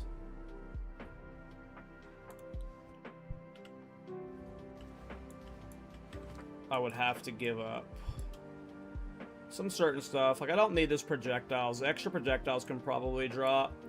But I just don't see us getting enough crit. And then at that point, we're not doing, like, the fun Weapon Master stuff. Which is fine. We might have to optimize out of that. Maybe this isn't a Weapon Master build, and it's just like a crit build. Where both specs are using the crit.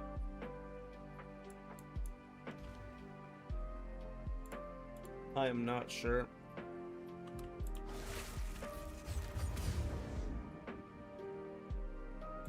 This definitely doesn't feel worth it, though.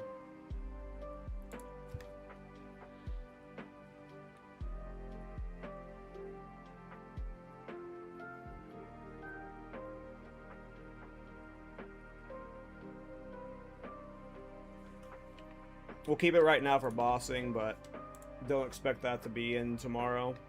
Well, at least with my current setup. Did I already put? Yeah, put Control Destruction back in.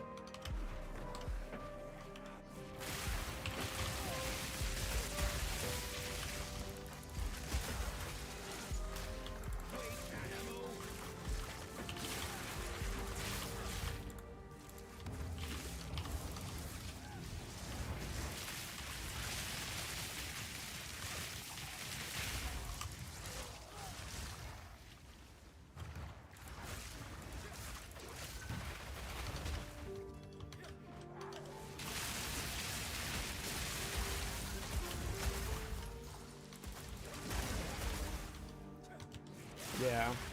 I think if Tech Rod's not gonna work, and I do have to play some form of, like, Life Leech version with, like, Idolize, which we might not need to do. I might be able to, like, swap out of Idolize. I feel like we'd have to go Arcane Surge. Let's see if I can time this right. Don't interrupt me. Thank you.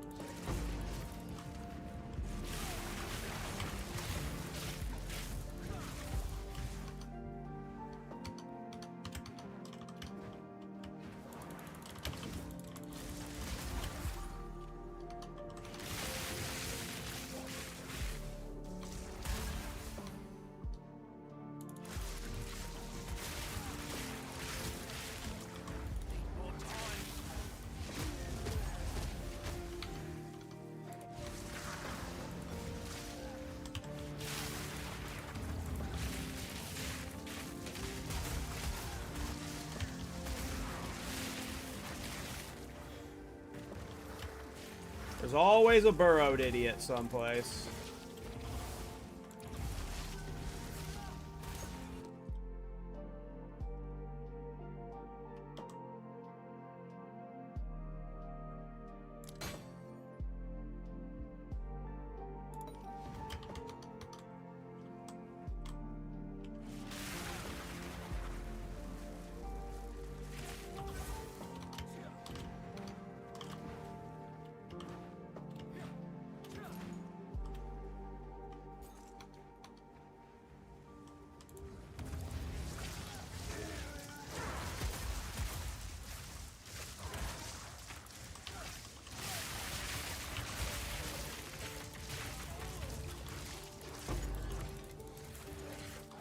Alright, where's the burrowed idiot? Oh, he's over there being caster.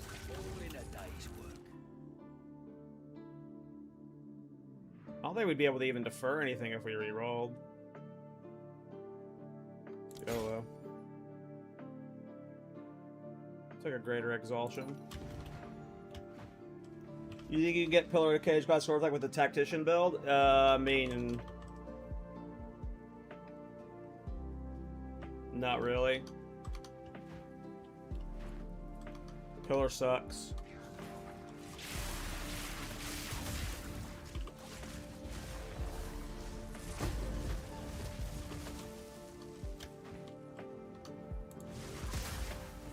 You'd be giving up way too much for it. Like, you're giving up... You're gonna use Pillar of the Cage God over a Scepter with minion skills and Trench Timbre with minion skills? Nah. No shot.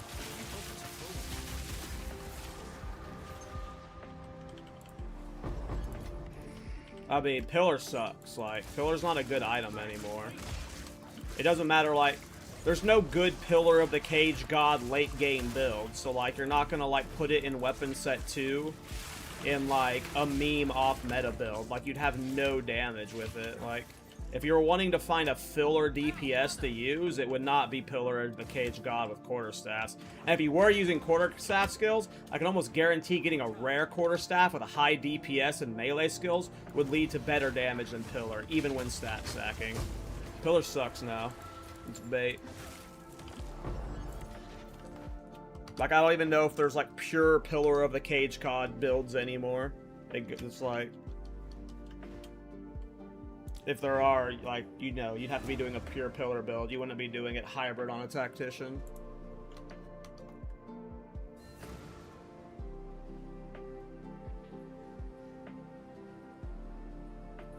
I mean, yeah, 0.1 attribute stacking builds were nuts, right?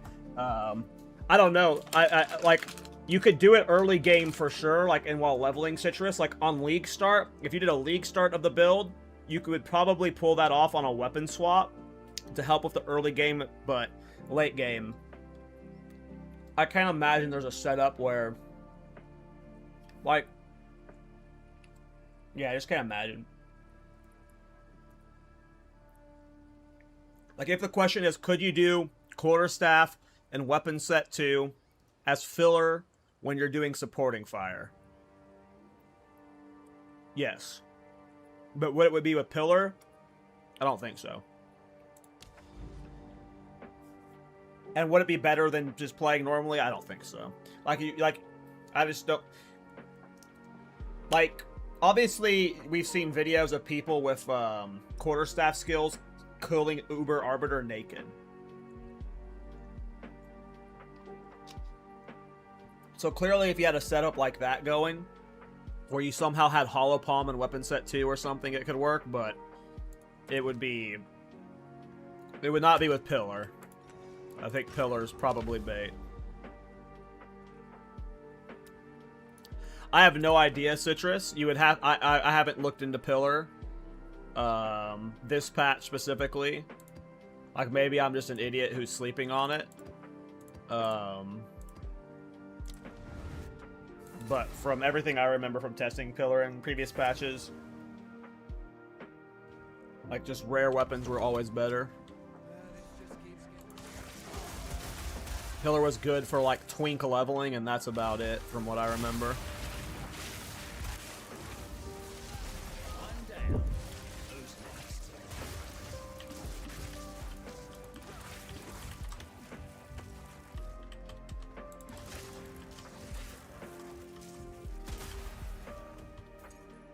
Yeah, I mean, a setup like that works for Pillar of the Cage God on a Ritualist because you're doing Giga stat stacking. Like, well, we have to see what the DPS looks like. That Tempest Flurry being at 135k is like, alright. But, like, this build, with how he's set up, like, look at the passive tree. Your supporting fire would probably not be doing good damage. You'd have insane AoE with this much dex. But since most of this is scaling, you're like... At this point, you're playing a Pillar of the Cage God build, and you're not playing... Like, if you were to do that on supporting fire tactic, like, yeah. There's no way you're doing the two builds together. You're trying to force two off-meta builds together, and that ain't gonna be a thing. Like, it would work in, like, yellow to, like, white to yellow maps, and, like, maybe early red, but when we're talking about pushing tier 3 content... I don't think you're going to have a good enough... Like, you wouldn't be doing a supporting fire tactician build. You would be doing a Pillar of the Cage God where supporting fire added a little minor AoE on your mapping. So, would that potentially work? Sure, but it wouldn't be a... I would not call that a supporting fire build at that point. That does look like a cool pillar build. That's a lot of decks. That has a buttload of decks.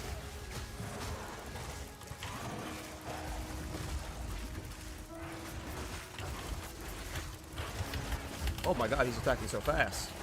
I can't get the coal. I can't get the coal.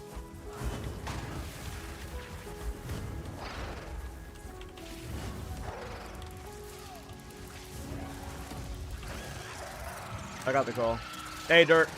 The build's going okay. The main issues I'm running into is A, being currency starved, and B, there's a lot of issues.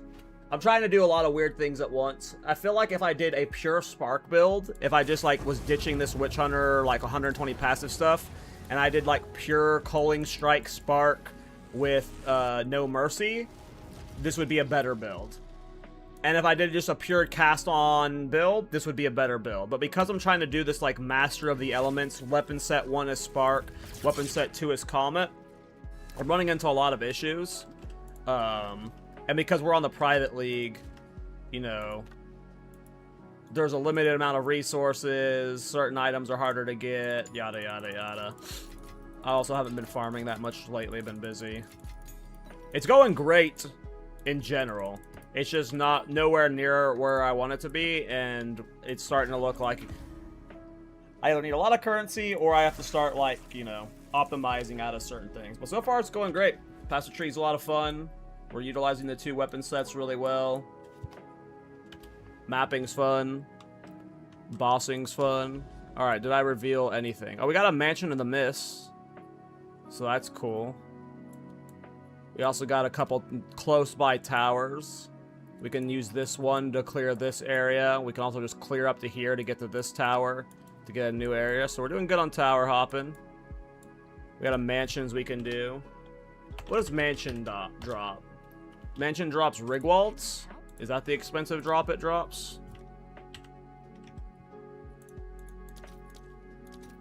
22 Divine for Rigwaltz, so Mansion definitely worth doing. Let's go do a Sanctum run. I want to do a Sanctum run. Hopefully this time we don't throw.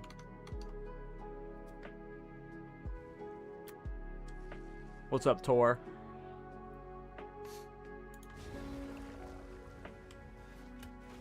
I'm gonna go to my hideout real quick.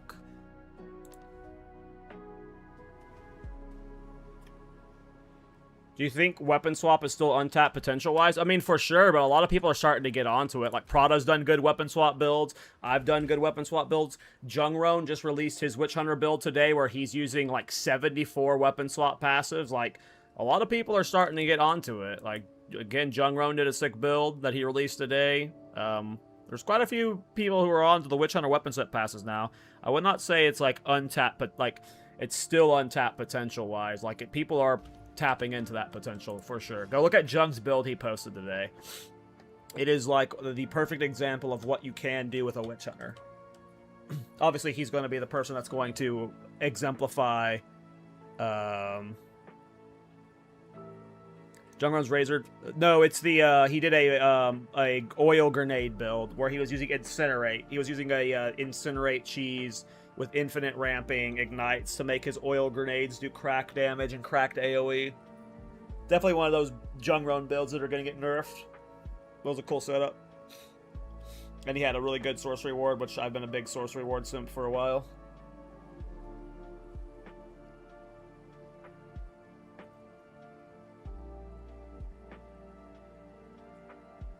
Oh, that's the Racefield LARPing build? Yeah. Okay. Well, that's the one I was talking about, yeah. I saw the video for it today.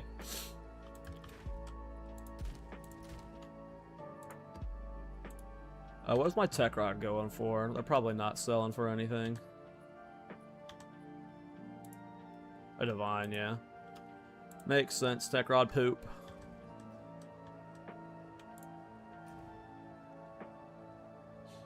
But yeah, I definitely think you can make pillar work-ish with the build, but it would not be where you're doing supporting fire as the primary DPS. Which could be fine. I just prefer it as a, well, maybe it'll work.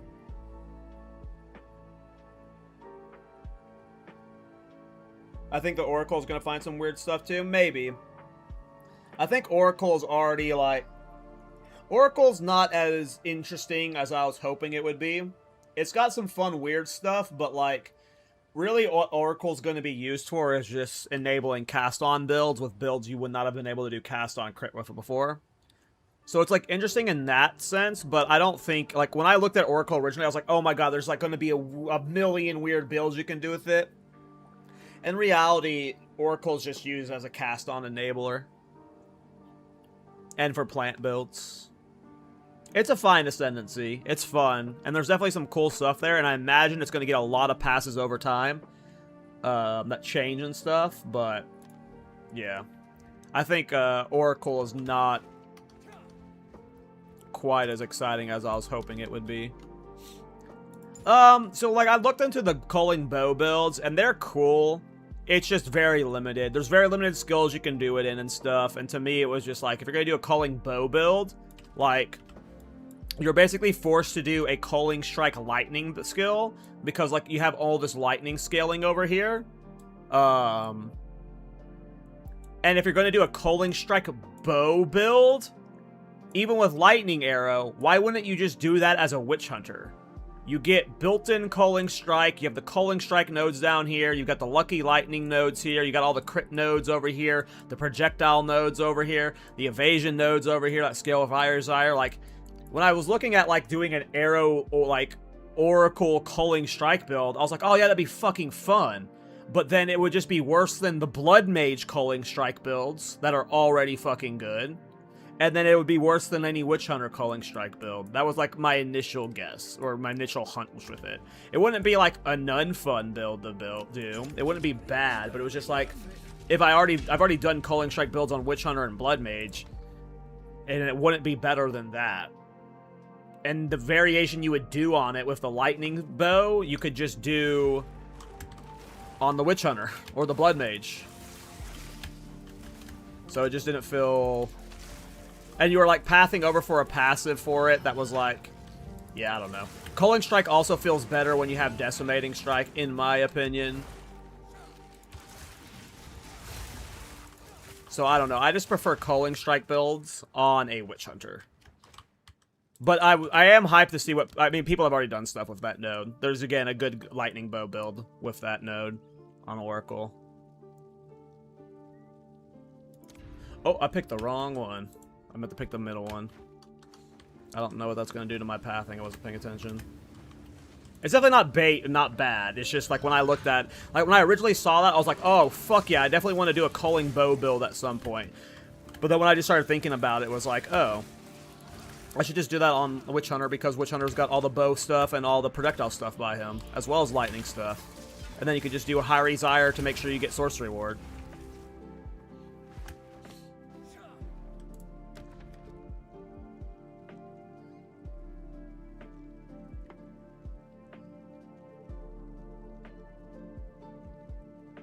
You get High Exile, Sork Ward, and then anytime you do a culling build on... Yeah, exactly. With the Oracle culling build, you have to use the Decimating Strike glove, so you're freeing up the glove slot. So it's just... I did not mean to go down here.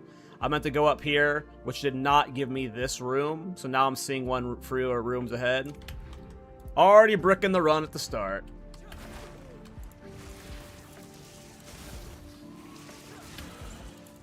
Yeah, I know. I'm like, maybe I need to swap to like a Hyri's Ire build and like try and do Hyri's Ire Spark and like ditch this weird setup I'm doing so I can go Sorcery Ward, because like one of my problems is defensives right now. And if I can just go Hyri's Ire Sorcery Ward with Spark, which I think I might need to do. Maybe I just do a full Spark build once I have Rockiata's Flow, and I just do Rockiata's Flow, Idolize Bloodletting, and try and get Spark to handle all single target.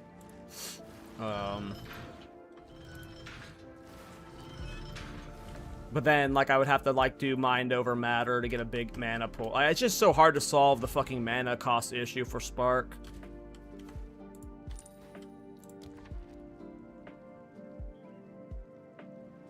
This is gonna be a weird run now that I've made it awkward if the only seeing one ahead if this early.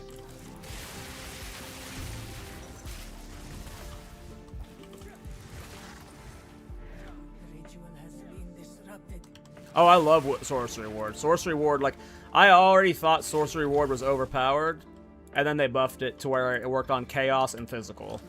So, well, it wasn't overpowered before, but...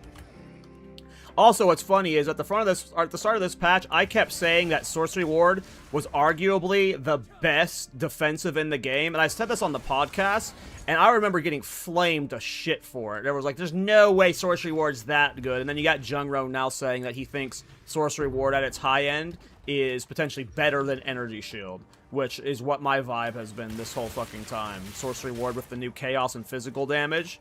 When you compare it with Hyri's Ire, you can get like a 14,000 horse reward. And it's like, yeah, it's fucking nuts. So if like I had a 14k sorcery ward and then I was doing like Mind Over Matter Eldritch Badgery with like a 3,000 mana pool, I would just need Arcane Surge to be able to maintain the mana regen. So it's like, maybe I just have to completely ditch the 2 weapon sets. I play Hyri's Ire, Crit, Evasion, Spark, and get rid of the Comet. And that'll solve defensives. It's just, can Spark carry single target? If I did a pure Spark build, can it carry single target? With Widow Hail and Rockiata's Flow. And Rockiata's Flow does a lot to DPS. Like, maybe it won't be an Uber Arbiter killer, but ooh, 25% maximum less. We're already off to a rough start based off of how I goofed that opener. Cursed run, cursed run. Maybe that's what I need to do, you guys. Maybe I need to ditch the Master of Elements theme. I really wanted to make it work, because, man, look at this tree. Like, isn't this fucking cool if it works out in the end? Like, we got weapon set 1, full lightning, weapon set 2, comet. Like in theme, that's such a cool execution of the weapon set passes, but there's just so many awkward points that are hard to solve because I'm playing 2 playstyles at once. You need to get some very high-end gear for Spark to carry on. I mean, I've got some pretty high-end gear. This is a good Widow Hail, 295%.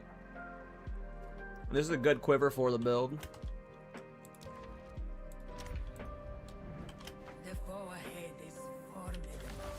Probably not good enough, though, to do, like, tier 3 content with only Spark. So this is why I'm doing, like, Comet for, like, it works when it works, right? It works when it works. So, like, it's good at things like this. It's just, I want it to be good at everything. I'm too greedy as a build maker. I can't accept limitations on some builds. I want to make them good at everything. Hey, what's up, Bricky? It's going great. Having fun. What's up with you? Podcast went well with Rax. The comments are really nice on it. I think next week we have Farmer back.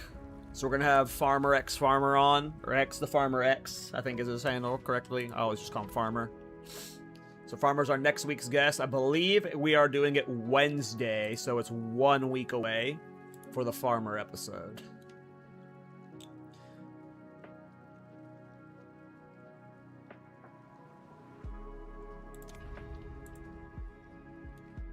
I need to do the Jin Ascendancy.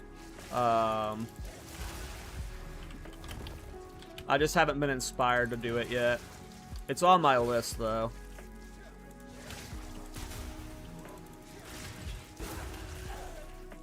Maybe I'll do one in solo self-found.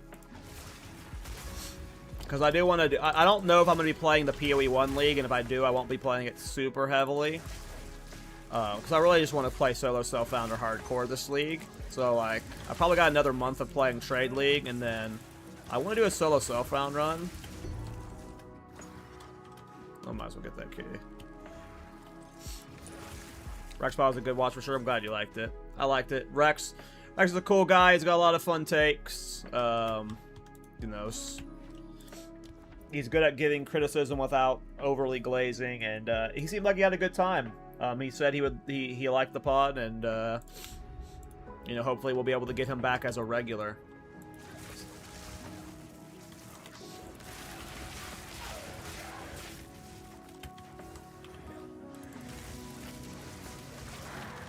And yeah, my calling strike threshold was super low still.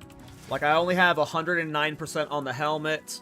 I do not have these calling strike nodes, so if I were to go a full spark build, I would end up probably pathing down here to get these calling strike nodes again. And then, because, like, this tree would not be... I mean, we have to see how we play the tree. But we'd probably path down here for the Lucky Lightning again. And then we don't have a Heart of the Well. I'm trying to get a Heart of the Well. Where's my Heart of the Well? My Heart of the Well only has instant leech on it right now. I want to get a Heart of the Well that has instant leech and percent calling strike threshold, which is another thing that's about, like, you know, we're on the private league, so there's it's got a lot of players in it, but, you know, if I was on the main league, I'm sure I'd have the Heart of the Well I want by now. I'm sure it's not hard to get a calling strike instant leech Heart of the Well on live on the main league. Well, that's what the things I'm trying to do is I want to get my calling threshold higher. Greetings.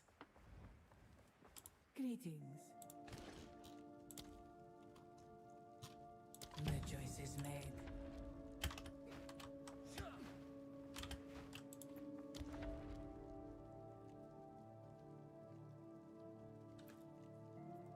I mean, we are low life sometimes, so that's kind of scary.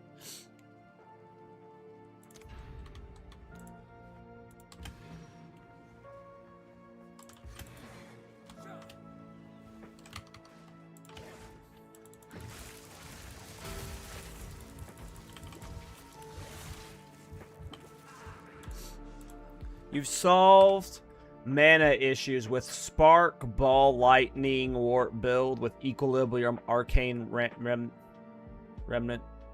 Mana Remnants. Equilibrium, Arcane Remnants. What is Equilibrium, Arcane Remnants?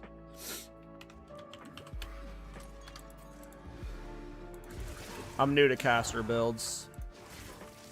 This is my first time playing with Remnants, so I don't know all the Remnants techs. But maybe that's what I need to do. I assume I'm going to be playing Mind Over Matter.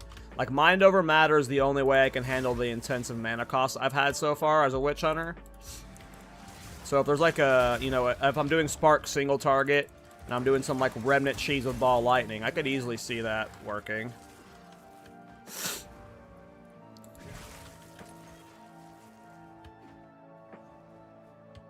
I just don't want to do Cast On. I don't want to do Cast On. I'm a fucking overcast on. I mean, I've done Thorns with this Ascendancy. Or Spears. I mean, are you... What? Have you seen Thorns builds? Every Thorns build uses Spears. What are we talking about?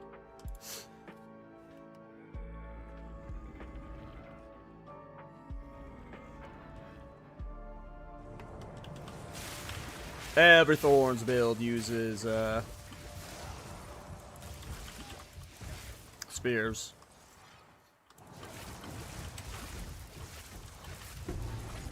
Cast On is nuts, though? Yeah, and I've done Cast On like 1,000 times now. I'm bored of it. I want to do something new.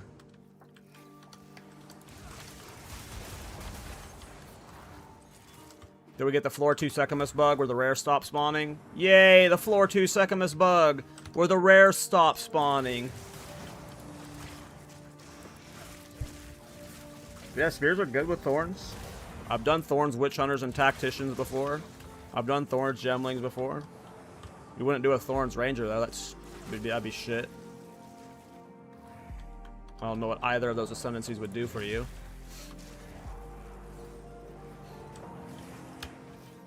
Well, I guess Thorn's Pathfinder would be fine, but it wouldn't be good. It'd be like a B tier ascendancy. You wouldn't get near as much of it as you would want. You will succeed. But Deadeye, definitely dog ass. And the Huntress Amazon Ritualist. Ritualist is okay. I've done Thorn's Ritualist, but it's B tier. They're all mid. You want to play Shaman or one of the Warriors for sure. We'll do the trap damage. We'll risk it for the biscuit.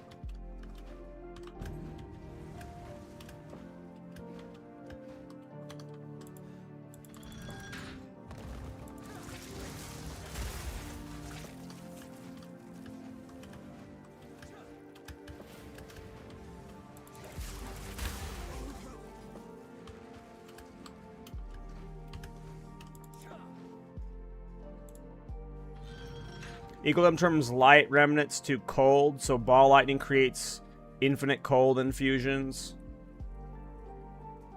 Oh, I have equilibrium. This thing. Yeah, I have that.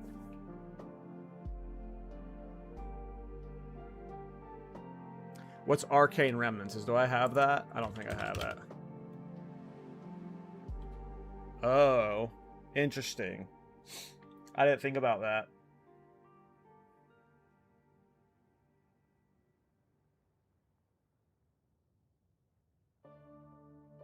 But how are you casting ball lightning? Are you doing cast on crit to spam ball lightning?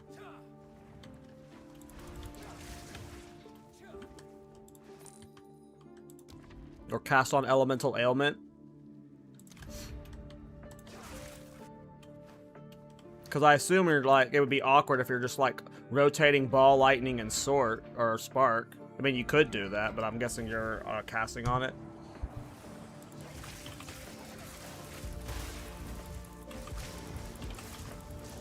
You want to check out my Soulless Ip triple armor offering build? I don't even know what those words mean. Sure. You got a PoE ninja or something?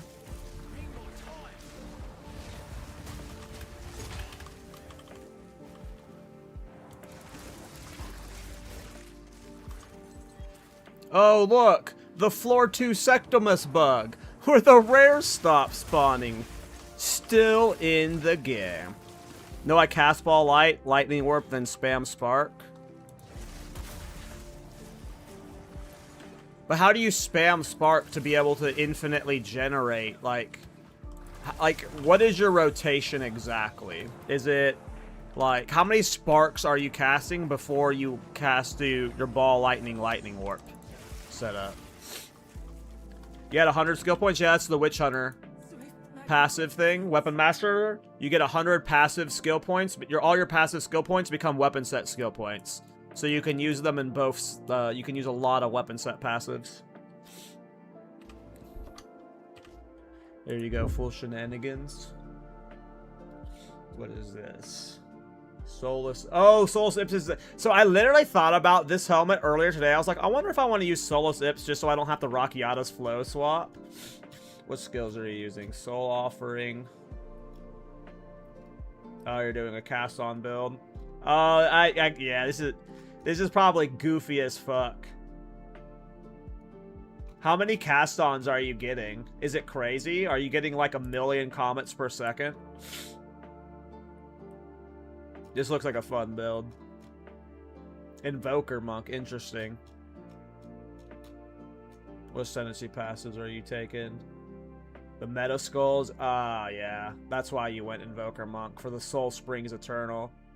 I see. I see.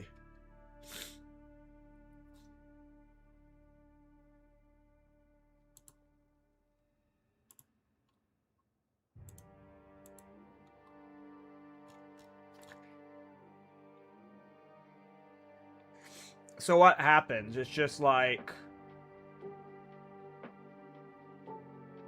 Are you just spamming offerings and it's just raining cast-ons? Like you're just spamming offerings and your clerics are spam rezzing or something? You just rotate offerings and it just rains cast-ons? You son of a bitch.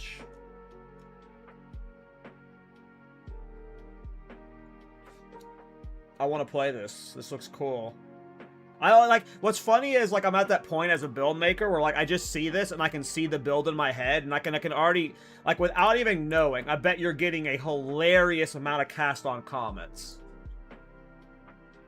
Is it, like, to the point where it's, like, blinding the screen, or not yet?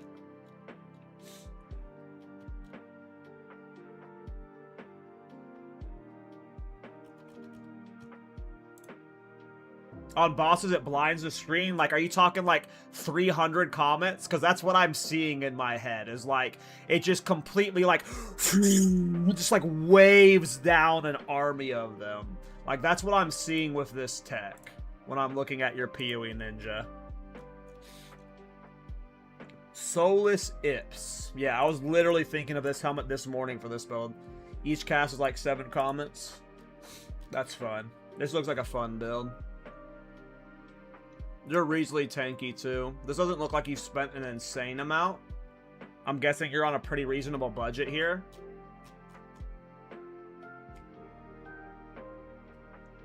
This is fun, man. That's some cool shit. Yeah, that looks low budget. I bet that's fun. That's really cool, man. That's funny.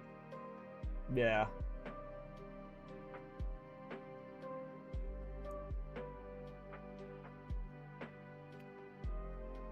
Because then you can easily get, like, Rockiatas in both the cast-on minion death and cast-on critical. So if you had 2 Rockiatas flow, since you're running Soulless Ips, like, you would have just insane DPS from both of those combos. Man, this is a cute setup. The double brute, or, whoa. It's actually +2. It's 2 additional copies of Lineage Support Gems. So you have 3 Brutus Brains. And 3 Colomex Dominions. I thought it was you get, like, 1 more, but you have 2 more. That's fun, man. That is a fun build. You might have baited me into playing this. This might be my next build. This is cool. This is really cool. I was literally thinking of Soulless Ip.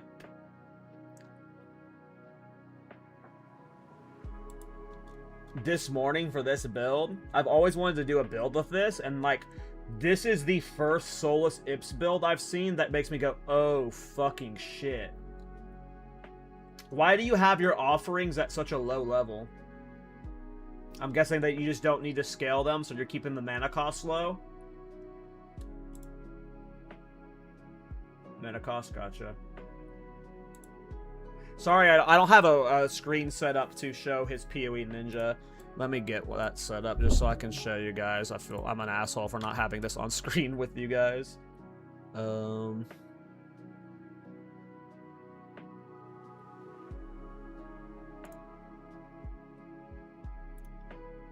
yeah, he has a level 90 Evoker. Defenses are whatever right now, but I can tell just by looking at his gear, this is a pretty cheap budget. He's only got a 17k effective health pool, but that's pretty solid for what, you know, what he's doing for his budget. For those that don't know, Soulless Ips, it is a helmet that got added in 0.3, I believe. It allows you to wear multiple copies of Lineage Support Gems. And I've been thinking for a while I wanted to use this helmet. So you can have up to 3 copies of Lineage Support Gems. And what he's doing is he's got Colomex Dominion in Soul Offering, Pain Offering, and Bone Offering. And then he's using Brutus Brain in 3 minions as well. Bone Offering, a Skeletal Reaver, and Skeletal Cleric, and yeah, this would just definitely be an engine to farm cast-ons.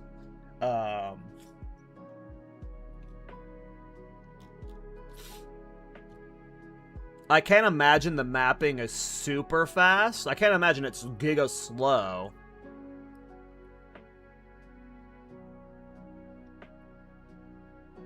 But this is a neat-ass setup.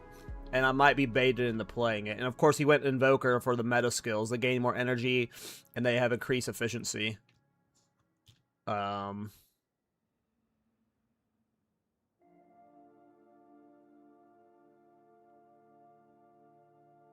This is cool. And so, because, yeah, that's why I say it's going to be slow, because, like, for mapping, you're going to be depending on, like, getting your minions in place for soul offering. And, like, I was just thinking, like, there's nothing you could put in cast on to make mapping better. Like, you're not going to put spark or anything like that to make the mapping better. The mapping will always be slow. But this is a really, really cool setup. This is a really cool setup.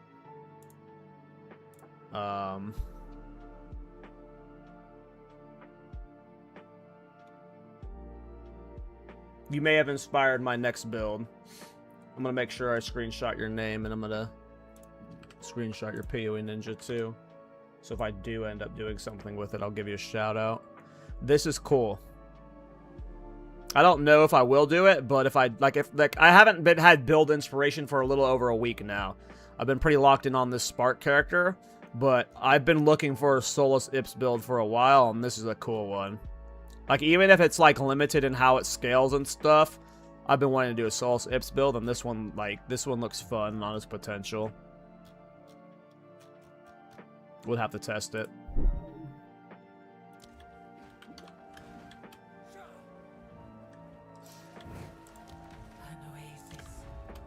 That's cool. Cool setup, man.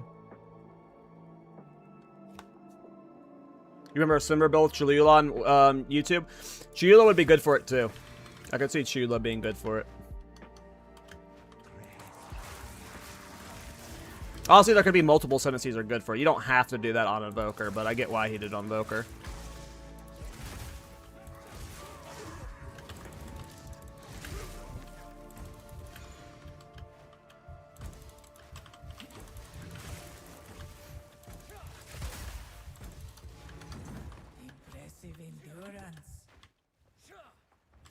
I definitely think, at this point, though, I want to anoint. I didn't even realize this was a thing. I'm very new to Remnant builds. I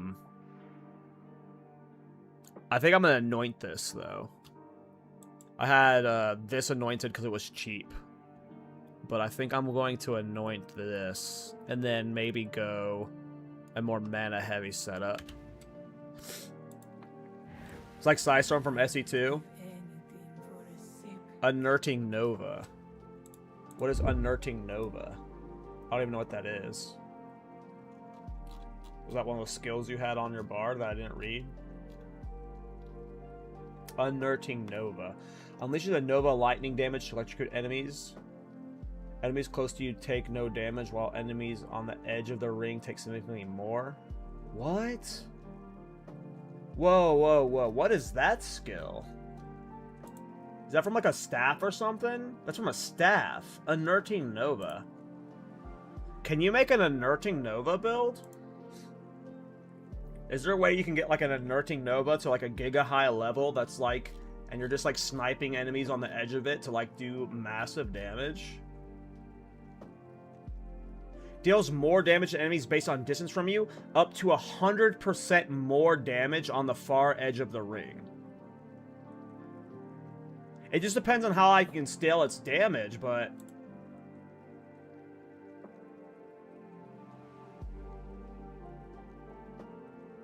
You can center them on your plague offerings. You cast it on a target. Like, it can go... You can target it on your offering? Is that what you're saying? Surfer, I've got to finish this build. You can't fucking do that to me.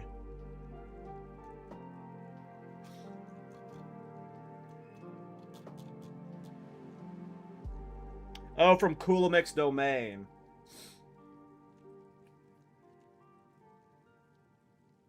Right. Right, duh. Damn. So now I don't even want to do what your build is. I just want to do a Coolomix domain, a Nerding Nova build. I didn't even know about a Nerding Nova. That's my first time reading that skill. That's cool. Does it have a cooldown?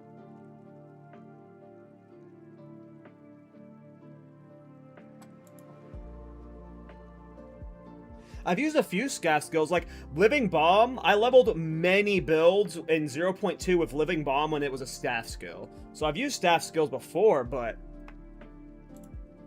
Bro, I'm about to, like, re-roll on this stream. Like, go make a new character right now for a Nerding Nova.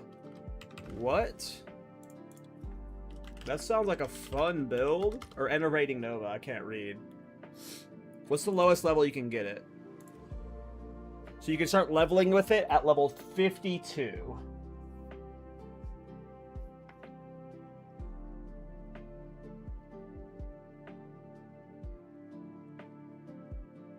What's the cast speed?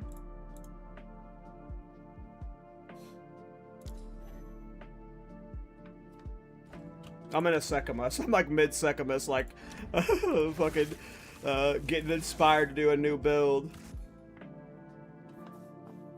You're trying to set this up right now, Sup of Soup? Well, I'm about to fucking re-roll to this build for sure.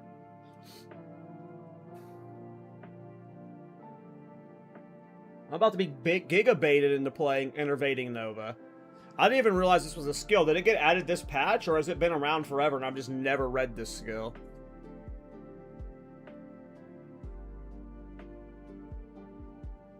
It sucks on controller though because it centers the... Oh yeah, controller centers the Nova. That makes sense. Yeah, I wouldn't play the build on the controller then. That for sure. I remember that problem with the Nova. I want to try that. I'm kind of committed to the Spark build. What Spark build? I don't remember the Spark build.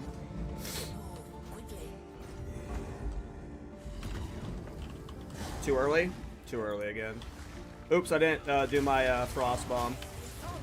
I didn't get the Fire Infusion, or they would have been one shot. Oops, I should get that stuff. You can tell I'm on autopilot now. Coolmex and Enervating Nova? Yeah, I want to do that. Like, I would just be running around with a bunch of minions that you're Coolmecking with, like, offerings. And then you just be, like, nuking the screen. What's the cast time on it? Is it, like, Flame Blast speed? Or is it a big, like, fill up? I shall aid you. Fight with intent. The choice is made. It's the same cast time as Ice Nova, so it works like Ice Nova. What the fuck?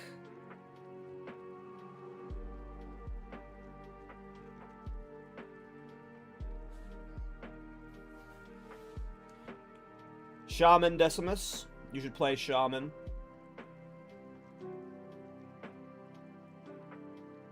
It's 1 second. So if I'm spam casting it, right? If I have like an offering that's perfectly placed, it's spammy as hell.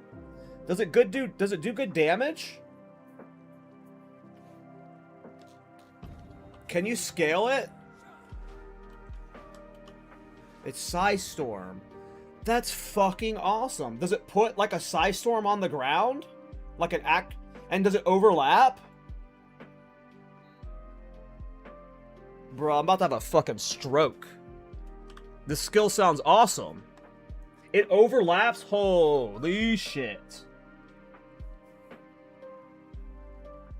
So you just overlap it to where it's like butt clipping the edge of them. Then I'm guessing you could do like duration scaling and stuff to get multiple of them? Like many of them down? I have a Shaman build, Decimus, you can follow. I think this will link to it. Let me see. There is no duration. I see. Okay. No duration. Let me get my MOBA for you. Shaman. Where's my shaman analytics? There we go. There you go, Decimus. I have a Shaman Thorns guide. I haven't made a video guide for it, but the mobalytics is there. The offerings, you can scale the duration. Oh, that makes sense. That makes sense.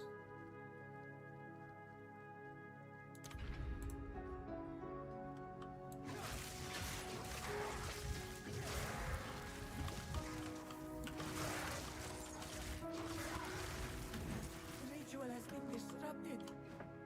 Yeah, I don't think you would do duration. You would just do, like... I would need to see what its base damage is, what its crit chance is, and stuff like that, but...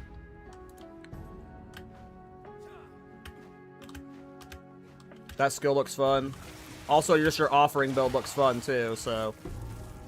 if that skill sucks, I would just pivot to your offering style. Like the pure cast-on offering style, I mean. But I think I would try doing a...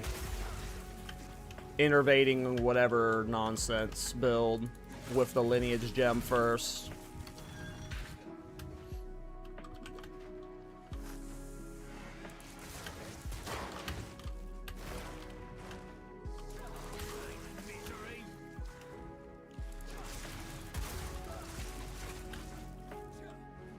%, crit chance, nice. Well, maybe we mess with that build later.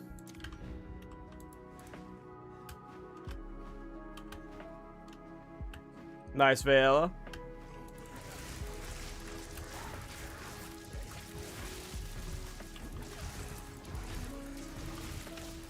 Simple enough.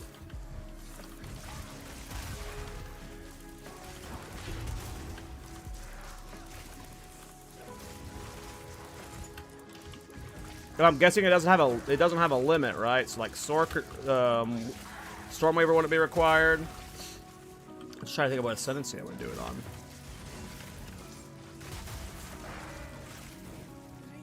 Does offerings have limits? If I was Stormweaver for the bonus limits, I think the bonus limits actually to elemental skills actually only, so it wouldn't affect that if it did. I don't remember. Maybe Titan. I haven't done a Titan build this patch. Maybe I do it on Titan.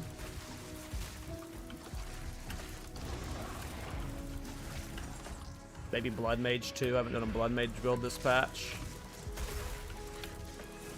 I would say Abyssal Lich, but I think Abyssal Lich would be too much of a gamble on, like, without having played the skill yet. On, like, cause, yeah. Abyssal Lich would be what I would potentially do if I was, like, understand the skill and how it could scale. But I feel like maybe Titan.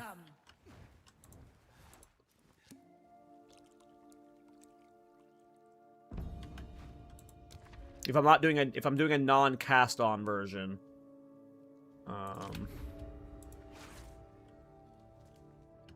I mean, of course, anything scales with Abyssal Lich. It's just like, most of the time when I play Abyssal Lich, I want to do AoE scaling, and AoE scaling wouldn't really work great with that.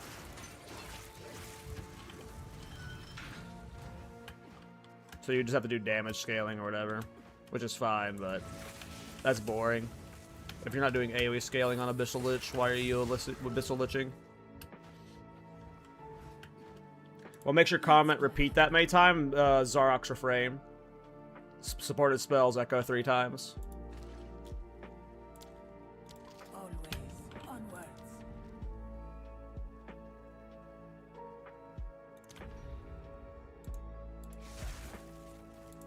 Good luck, Vela.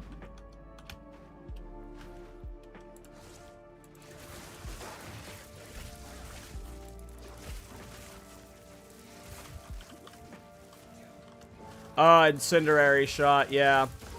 I have not played with that skill. It just seemed worse than all the other shots from my initial tests.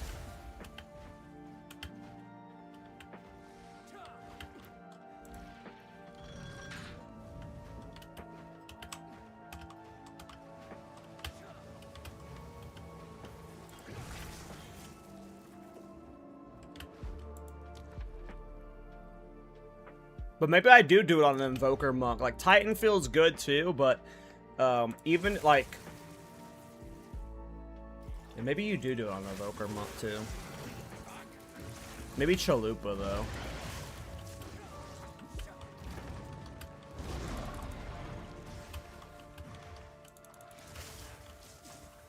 I need to go mess with the skill on the main league and just see how it feels. And then I'll pick what class I want to build on it.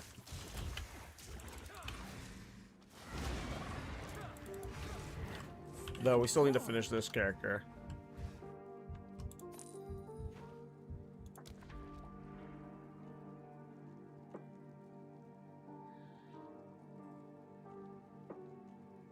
I mean, yeah, that's really just how it goes. Oh, I have no life going into this. That's kind of scary. I don't have enough for bomb. Can I get it off? Almost died there. I didn't have any life flasks going into this. No mana flask for Comet. Can I get this off without dying? There we go. Ugh, it's always a bit awkward with this build. I do think I just need to ditch the Comet stuff with this build and play Pure Spark. I'm just predicting me doing a Pure Spark swap for many reasons. Ooh, a Cartographer's Cache. I will take Waystone 15s for a gold coin. A gold key. I need Waystones. Anything to buy? No. I'll take you just in case something bad happens. Alright, we did a run on this earlier today, and my brain shut off when one of the vases was doing its thing. No shutting off your brain versus vases.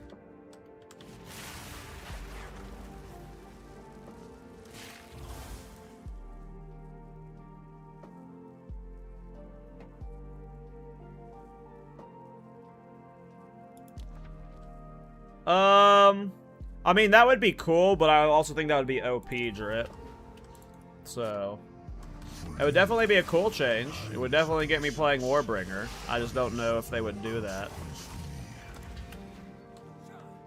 Because that would be, no, without even putting much thought into it, that would be fucking nuts. Like, you would make some fucking crazy block-based damage builds, because you have to take into account, what's it called, Lay Siege? Increases damage per block chance, so like you're just gonna be able to get like some pretty crazy damage scaling with like two-hander builds. Like, it'd be cool as fuck, but I could see it being I mean, it'd be cool. Maybe it would be fun. I don't know, it'd be cool change. I'd play it. Like, it would definitely get me playing the Ascendancy.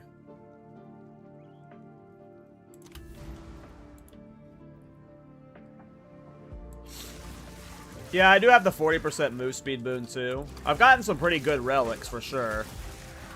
We don't have the boost to relics though, like the 30% increased relic effect one, which is really nice when you're playing my setup, which is relic drop champs relics. So if I wanted 2 vases. Okay, room types are unknown. Merchants only offer 1 choice. Both of those are fine at this point.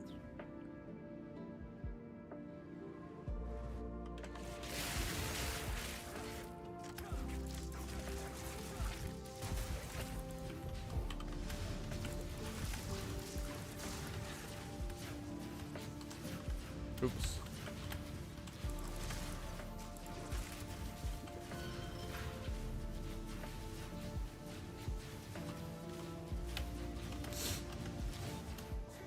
I don't know, there'll be some pretty nutty quarterstaff block builds on a Titan. Like, there's a lot of good quarterstaffs that have the block implicit. And I could just see, like, there'd be just, like, Titan quarterstaff builds are already kind of really good. I think Palstron has done a few. And, I just see that being fucking nuts. You'd be, like, unkillable. It'd be fun. I mean, I think it'd be fun. I just don't know if GGG would do that. I think it'd be a fine change. Alright, don't die to one of these guys.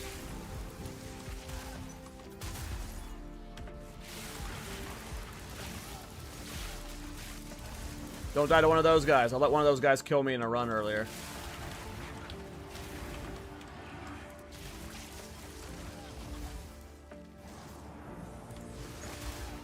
Look at the rares up here.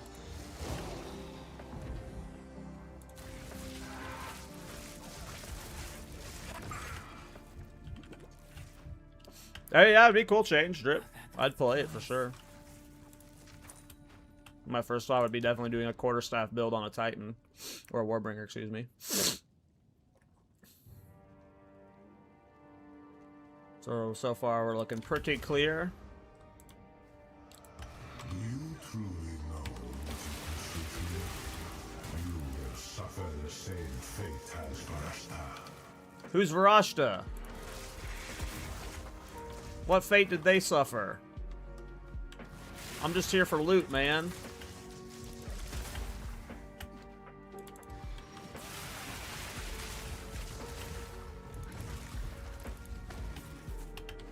Did Varashta get loot? I want to suffer that fate. Impressive endurance.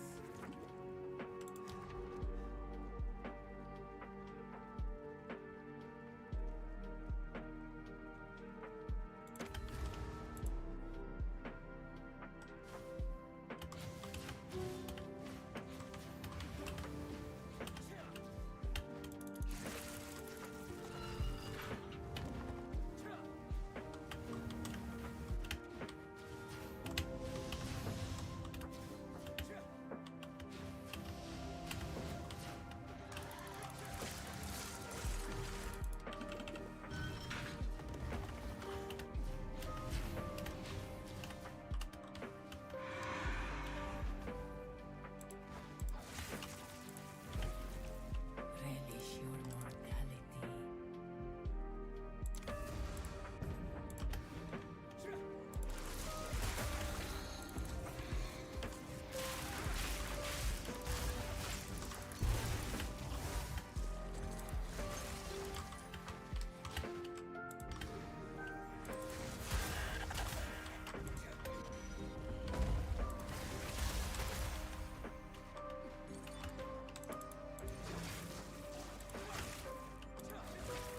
I'm focused because I threw a Sanctum earlier when I wasn't focused. Them damn vases with their volley attacks. We're not letting that happen again. Alright. Boss time? Boss time! This battle is our sacred duty. Oh, I didn't get the precast off. Battles of fate. I always forget you can precast it and get like the channel started a little early. Hit him? We did not crit there. So that was pretty weak damage. There we go.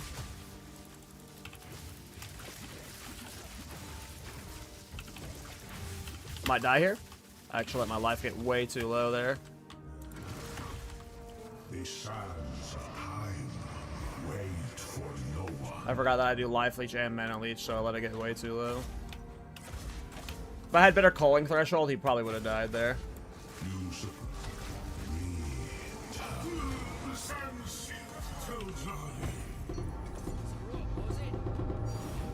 Hey, we got a base relic. We got one of them. One of the two relics we got to drop was a base relic. I think they're going for 5 divine right now, so easy 5 divine. Easy 5 divine. Alright, let's get lucky on double Arcanist at the front. Good sign. Poop loot though. Time lost, hell yeah. Another Arcanist.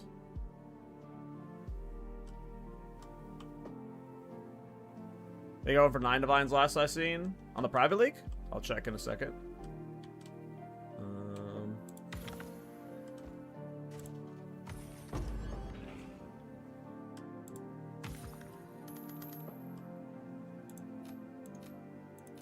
No room. Okay.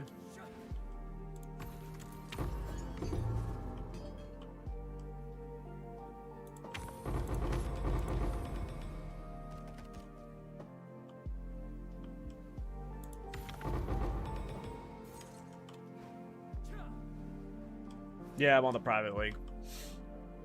I am on the private league. I'll keep you on you so I can sell you. There's all this crap.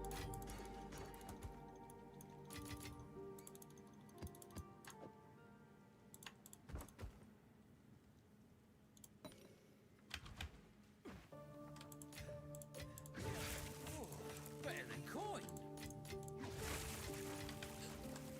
Time loss can be money makers. Didn't mean to click that one. Oh well.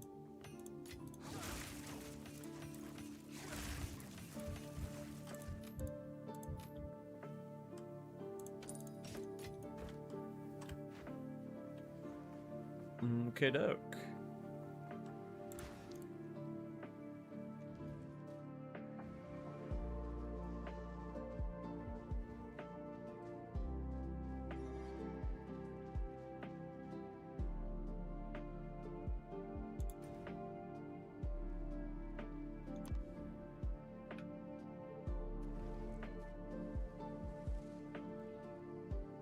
Alright, I do want to go just see what that skill looks like.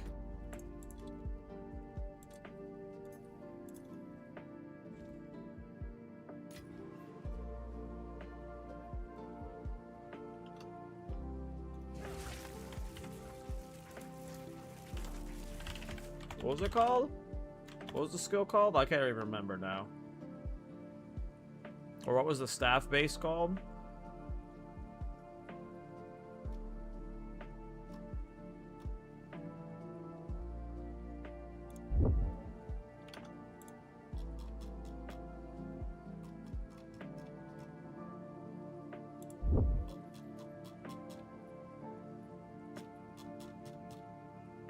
Enervating. I can't spell.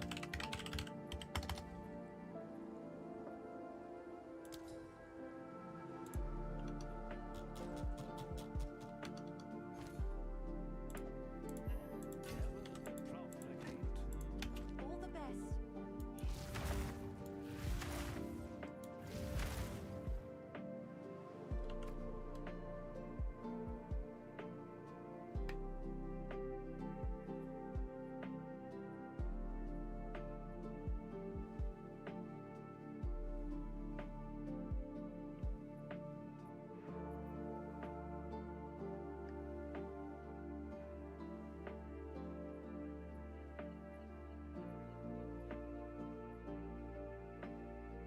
So you would definitely want AoE scaling on it, because I'm sure the more damage is like nowhere near the 100% cap right here.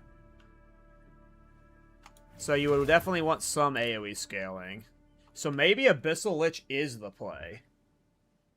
Maybe this is an Abyssal Lich build.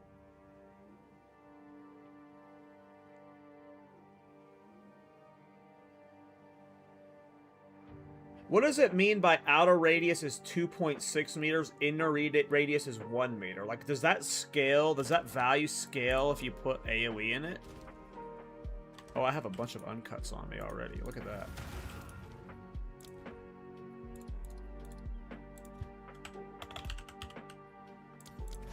Did that modify the radius? It doesn't look like it. Well, based off the text there.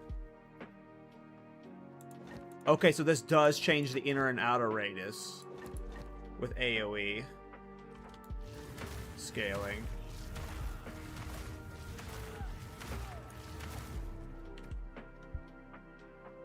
Yeah, I understand it also scales the inner ring, but if you're talking about like getting a giga bonus, like if you got this AoE big enough, right? You would just try, you would be trying to off-screen people, is what my head is at. Like, if you got the radius big enough, you would never have to worry about the inner radius, because you're almost always going to be killing people with the bigger radius. If you like, that's what I'm trying to think about, is like, get it big enough to where the inner radius never matters, because you're killing people long before they're in the inner radius.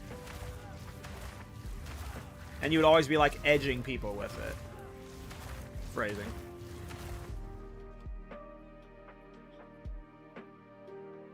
But obviously, then you could just, there's also the soul offering tech with it. AoE, lightning, duration, and nova. But the duration doesn't explode Interesting. I need to go...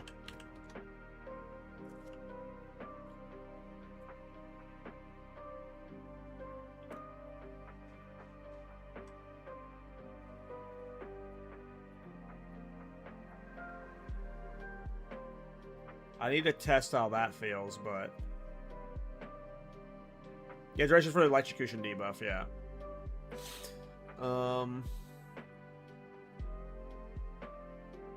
I mean, this definitely is going to be fun.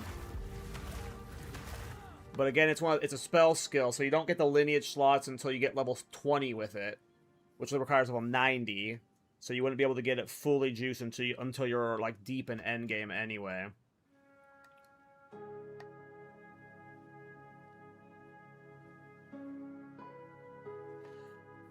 So you'd almost be forced to play the cast on offering style for leveling, and then maybe it turns into a full AoE build by late game. It's definitely a cool skill. My interest is piqued. It is very likely that either that offering build or that skill, innervating build, will become my next build I do. I had no inspiration for my next build. And just for the fact that you're using that helmet, I want to use that helmet. I want to use that helmet too. It's a cool helmet. This skin is sick, by the way. You can get a fucking weird-ass beard on the Witch Hunter that's just like floating there.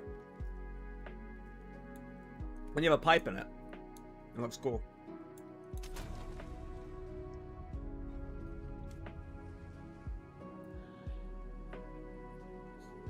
That's a fair point. That's a fair point. You wouldn't be able to get a super juice lich setup. Yeah. I still think Invoker feels pretty good for it. I haven't played an Invoker in a while. Or a Monk this patch.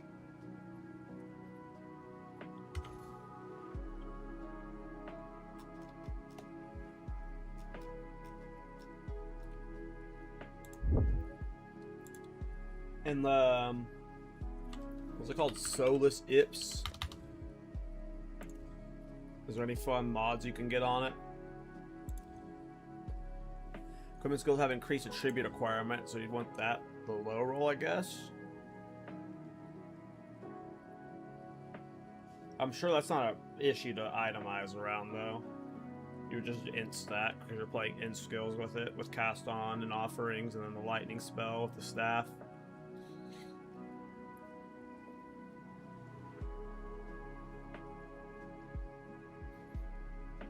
So you'd get one with, what, 2 sockets and a spirit enchant, probably. You'd probably want a spirit enchant as your optimization. Either 2 sockets, or 2, like, if the exceptional base would be 2 sockets with spirit enchant.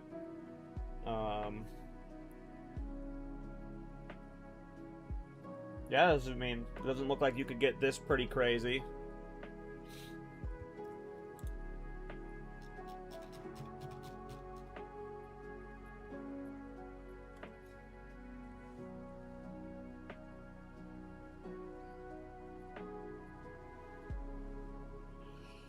This is a bad time for build fever to take over. This is the private league. There's some for semi. No, there's not gonna be any for cheap. We're on the private league. Yeah, private league's got a really weird economy right now.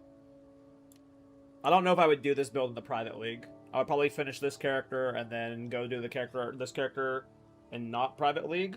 It depends on how I'm feeling about the economy.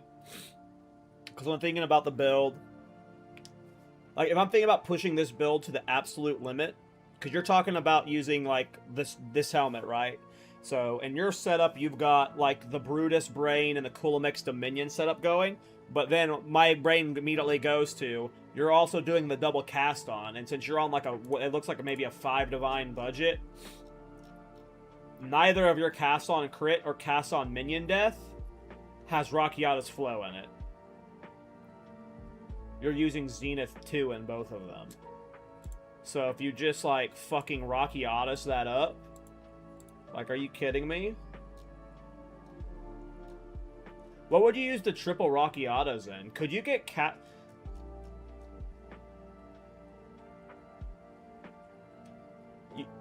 see, in your setup, you're using Wand and Focus.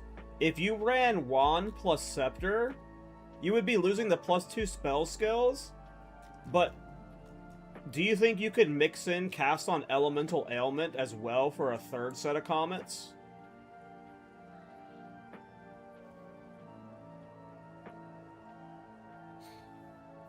Because you're not even using Cast on Elemental Ailment. You're using Cast on Crit and Castical Minion Death. You could get it, like, potentially 3 Rakiata's Comets with Cast on Ailment there, too. Like, it just seems like a fucking silly-ass setup. Just an absolutely silly setup. Ugh.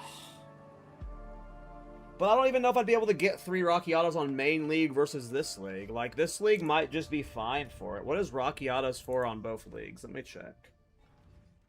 Obviously, triple Rakiatas is like a fucking... That would be like the peak. That would be the peak setup, right? 84 Divine in this current private league? Jesus Christ, guys. Jesus. Let me guess, it's over 200 Divine in the main league, or is it below 200 still? Good news, hey. Oh, what do I have sold?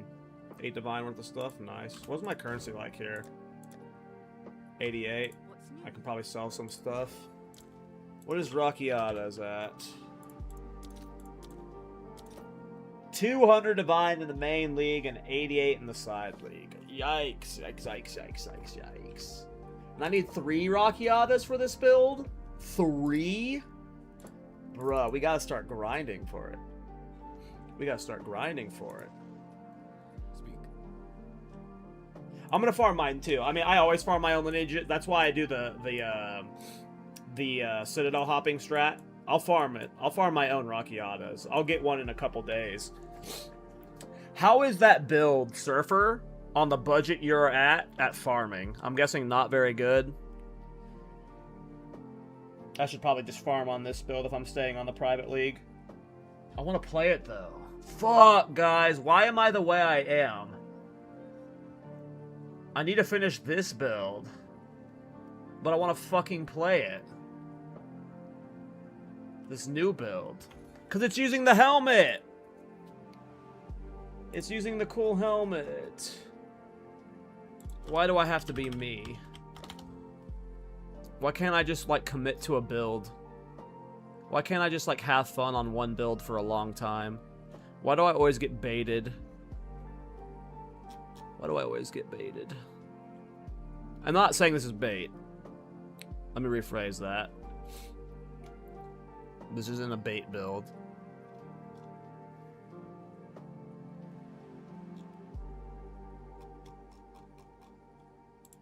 But seeing you play with it on a budget.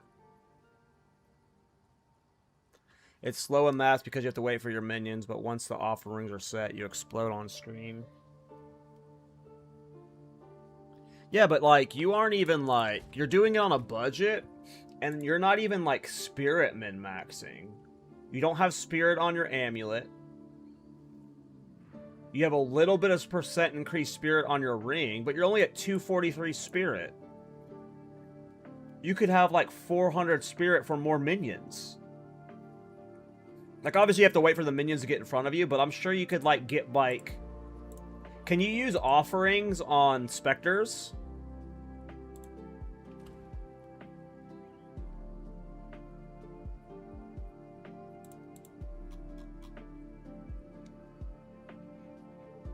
Oh, right, you cannot gain spirit from equipment, from the evoker thing.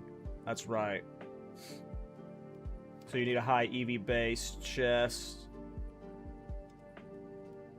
Interesting. I forgot about letting me through Grace.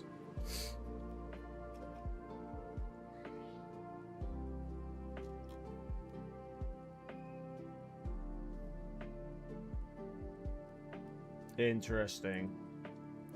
So your only other source of spirit would be from the... Does equipment count as jewels? Could you get spirit from the From Nothing?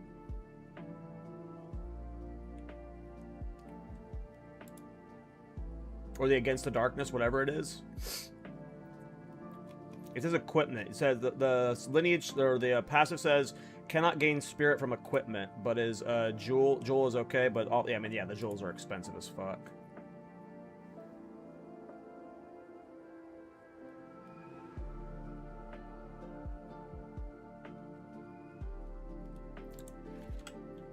It definitely looks fun. I don't think I'll be playing it soon. But, you know, maybe tomorrow, you guys, when I start my stream, I'm suddenly on level 70 Invoker. Because you can get leveled pretty fast. I could get an Invoker to 90 tomorrow. Easily, because I have friends with temples that could power level me. It's just I don't think I want to do this build on the private league. Percent increased spirit works, though. That makes sense. I mean, that's a super cool concept. What level were you? I didn't even see. You were level 90. How come you never got your finished your ascendancy?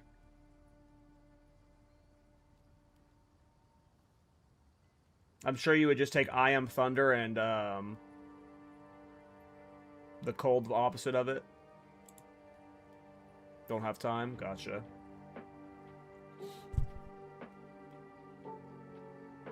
$15.99 in one temple, one good temple. Yeah, you can get super leveled, and I got a lot of friends in the Thorns Discord who could get me. Like, I would just have to clear the campaign, and then I would just get a temple run, and we could do the build. It's just we still have this build to finish.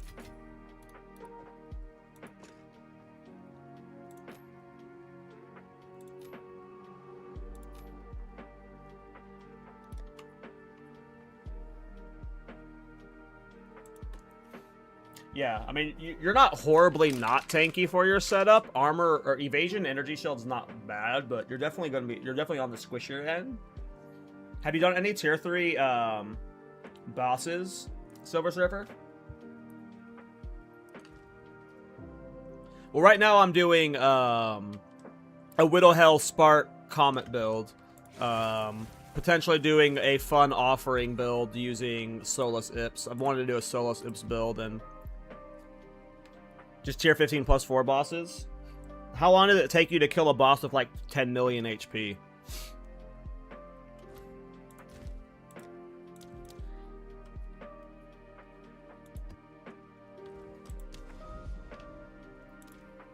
I should get a...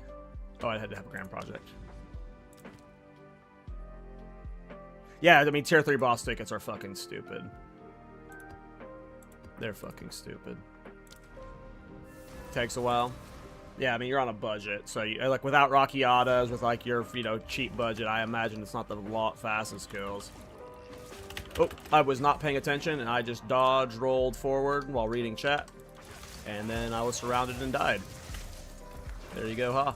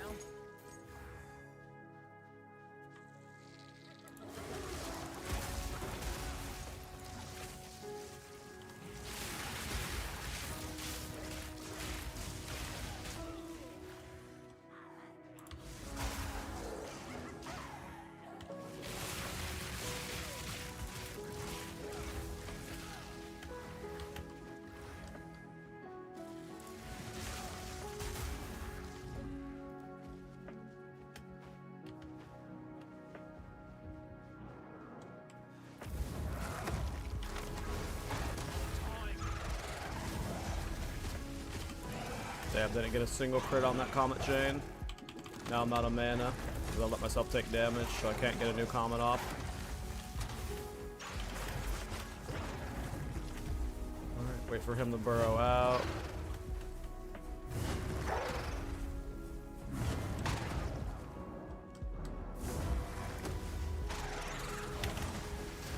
go.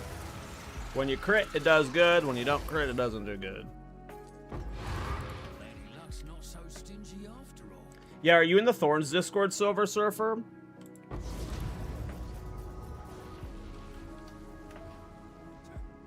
Because if so, if not, join it and then tag me in those videos. Hold on, I think I have a command for the Thorns Discord.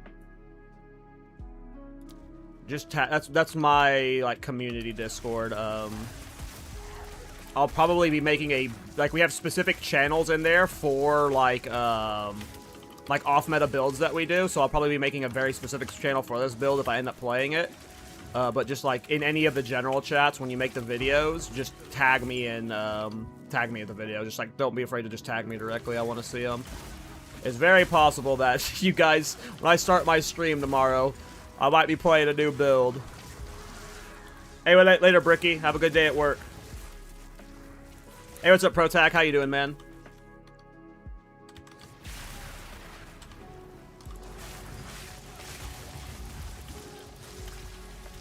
Mana drain mob. I can't comment it.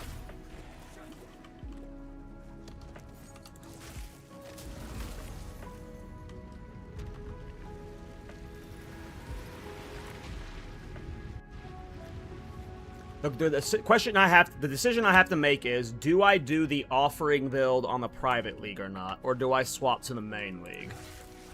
And I'm thinking of just sending it on the private league just for the lulz. I think I should be able to connect something there, yeah.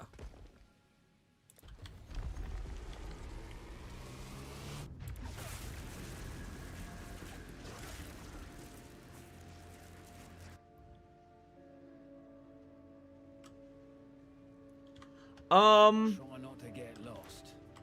It would be comparable, to be honest, Protag. Looking at the economy for both, I don't have a lot of currency on the main league. If I gutted my characters, I would maybe end up with 500 divine. And I need 3 Rockiatas flows.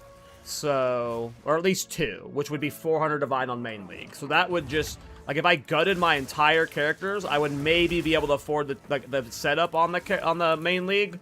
Maybe, but it would still be a lot. I feel like it would be equal amount of grinding for each league. Now you can get 3. With Solus Ips, you can socket 2 additional copies. I thought the same thing as you, Protag. I thought the same thing as you. I thought it was you could get 2. But I don't know if it got a new tag in this patch or what, but it's 2 additional copies. So you can get 3 Rockiatas flows. And if you had Cast on Comet, Cast on Elemental Ailment, and Cast on Minion Death, you could have 3 Comets casting on with Rockiatas flow in them. That's my hope for the build. It's just, I don't know if you'll be able to get all 3 cast-ons when playing an Invoker Monk, so it's like, do we do it on a Titan, or an Infernalist, maybe? Maybe Infernalist is the play? Maybe Infernalist is the play, actually. Ooh. It's either Infernalist or Invoker Monk, because the Invoker Monk getting the 50% increased efficiency or whatever with meta skills would let you get some silly shit going on. But, yeah.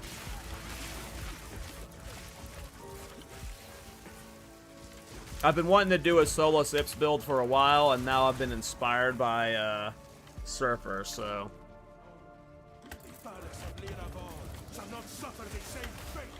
Oh, I got frickin' enfeebled, rip. Strategic perversion.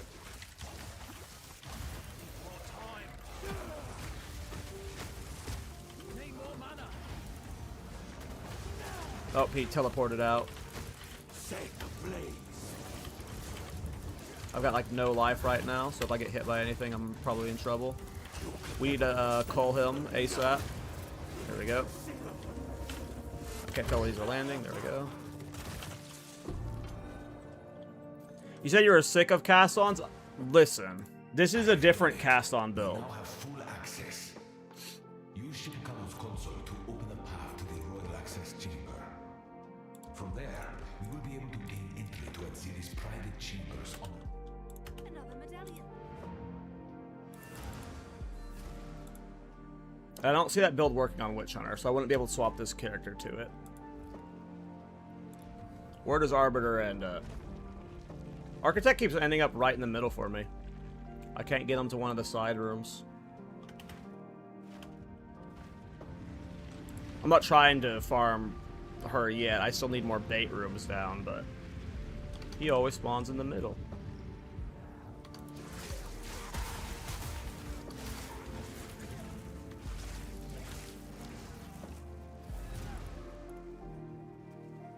Yeah, I'm guessing it got updated too last protag, and I just completely missed the update because I had the same thought as you when Silver Surfer was first saying it was 3. I was like, huh? I thought it was 2, but nope, it is 3 now.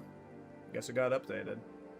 All right, no Jade Isles, but there's a tower here we can go to, so maybe that there's more water this way.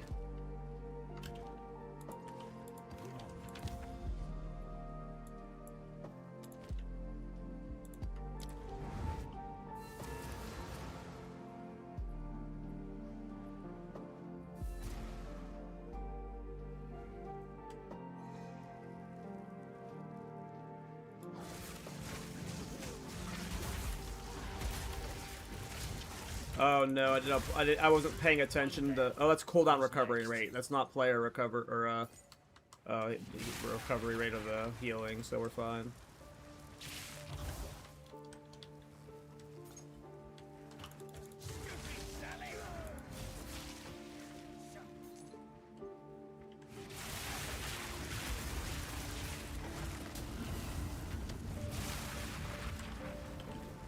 Damn. I want to try this build out. I just gotta figure out what ascendancy I want to do it on. I feel like Invoker is probably the play. It's just, can you get enough spirit on an Invoker monk for 3 cast-ons?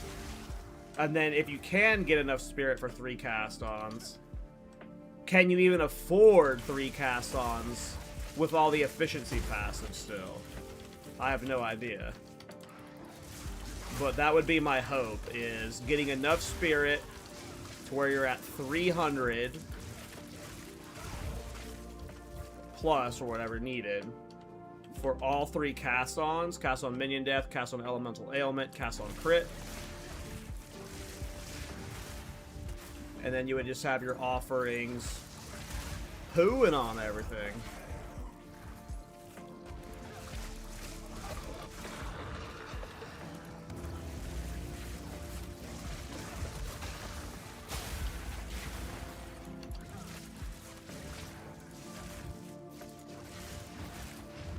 I'm very intrigued. And yeah, cast-on builds are stupid, but it's not a cast-on build, it's a Soulless Ips build.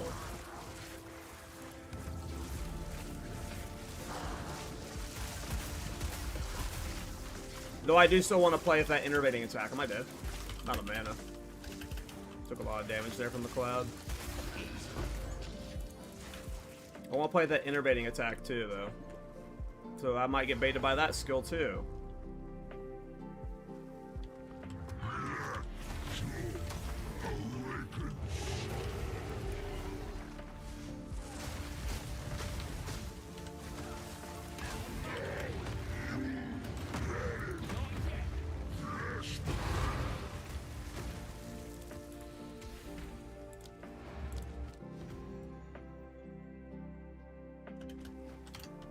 How far is the other ritual? Because we only have 600 points. So there. It's not too far to get. But what else? We'll just go.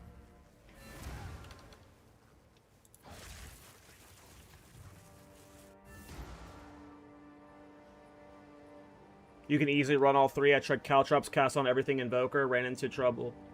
Because for some reason, Caltrops doesn't give energy to... I mean, yeah, there's a few skills like that that don't give energy. Interesting, Niles. Thank you for telling me that. Then Evoker's definitely the play. If you can, definitely run all 3 with enough efficiency to where all 3 aren't, instantly ooming you, to where, all 3 are effectively spamming comets, then Evoker definitely seems like the play. I just gotta decide what league we do it on.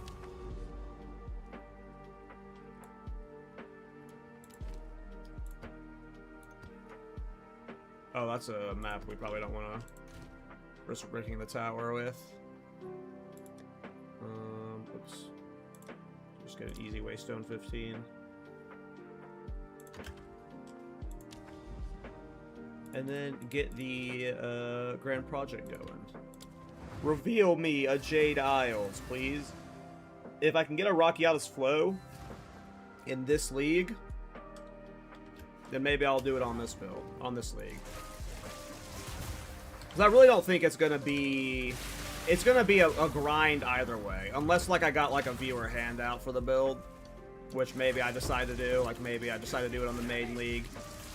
Have Panda give me, like, a few mirrors to, like, pimp out the build to show its full potential. Maybe that's what we do, because we're at this point in the league where it's like, do I really want to grind a mirror plus worth of currency for the build?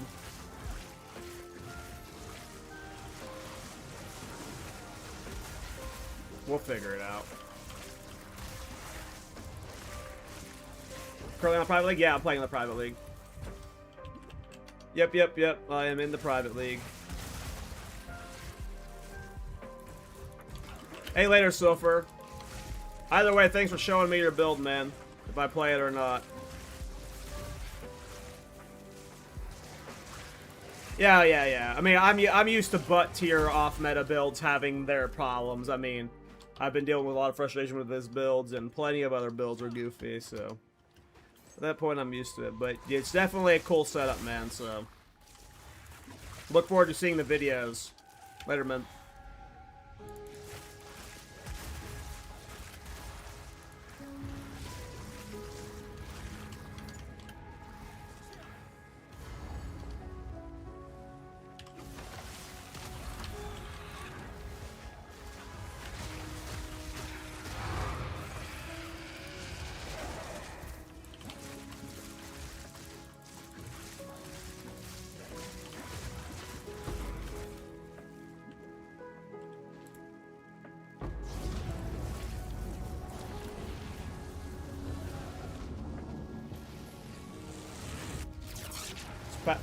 Cast on Crit Pathfinder is very good. Like, the more I've played my Spark Witch Hunter, the more I just think I should, like, if you're gonna do a Spark not caster ascendancy, you would do it on the Pathfinder. Like, Pathfinder would just solve so many of my problems, especially going cast on crit with Pathfinder versus the style I'm doing. Like, absolutely. Like, if I wanted to league start a Spark build, I would do it on a Pathfinder, I feel. Like, without question. I would do a very similar setup that I'm doing right now. But just on a Pathfinder, like with Widow Hail.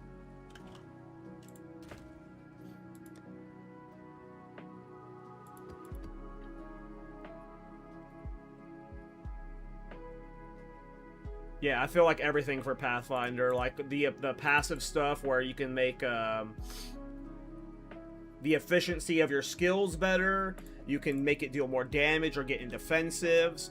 The extra cast speed, like a Pathfinder, or just like the position on the tree, like all of it would lead to something probably good. So let's do this one.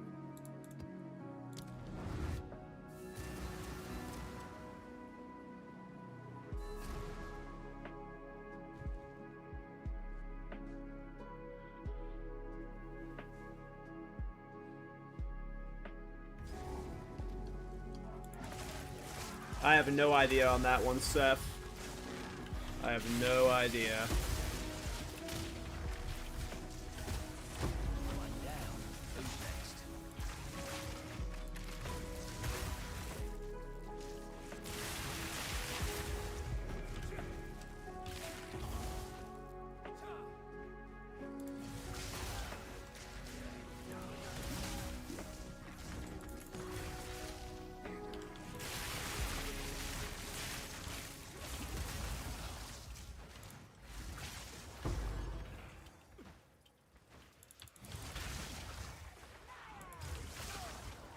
Yeah.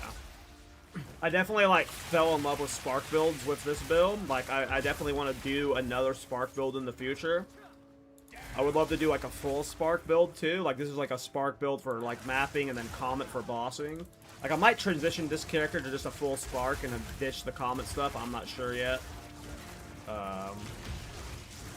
But yeah, this would definitely just be better across the board on Pathfinder. Witch Hunter wasn't bad. I've had a lot of fun with the Witch Hunter for sure. Can I get this Comet off?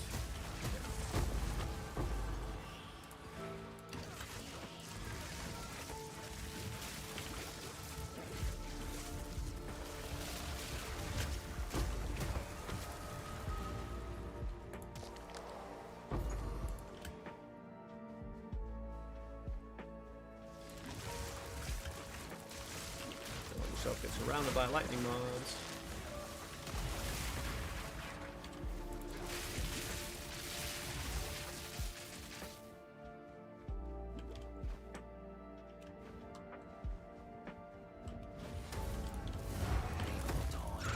Oh, I accidentally cooled down in my freaking Comet by like stutter clicking it to get the cast off. That was a weak cast. Get another cast off. Then, alright, there we go.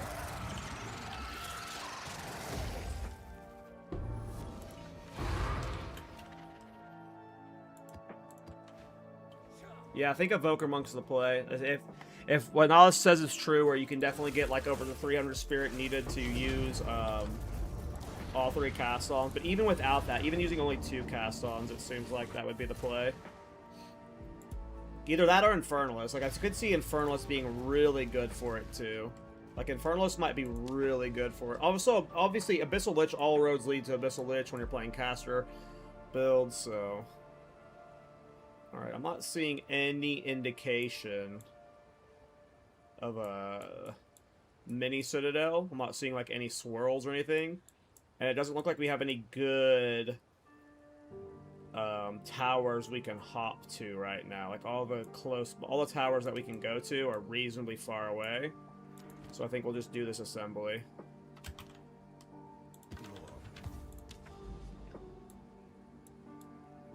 Where was that assembly? Am I blind?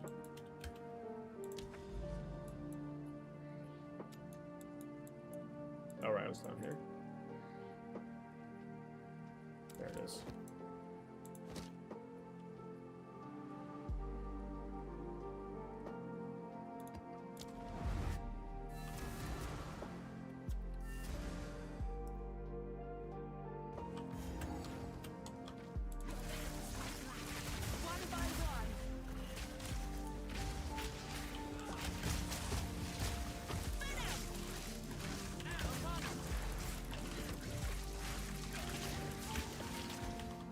How does she not get cold?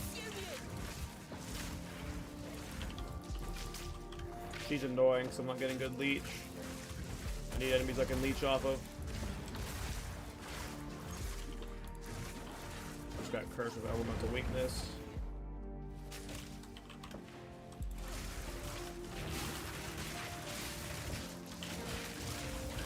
There we go.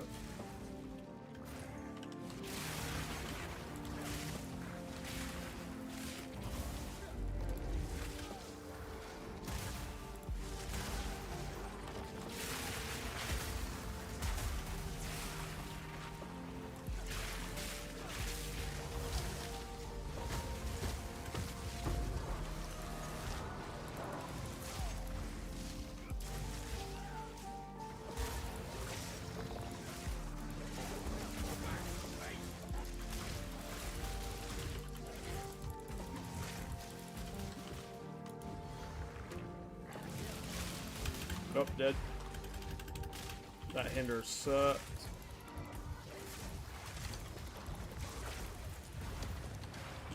Wait, this feels like a reduced recovery rate map, but it's not.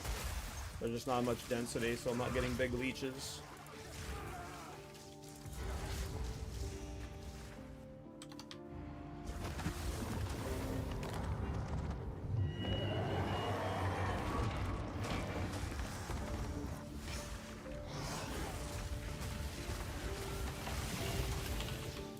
Oh, just lost a lot of mana.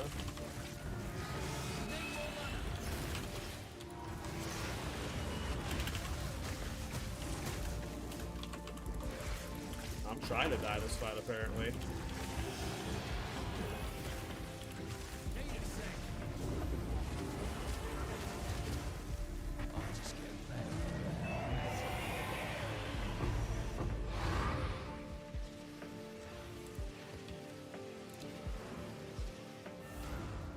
You might as well refund all the money you've ever spent on this game, Peace Talker.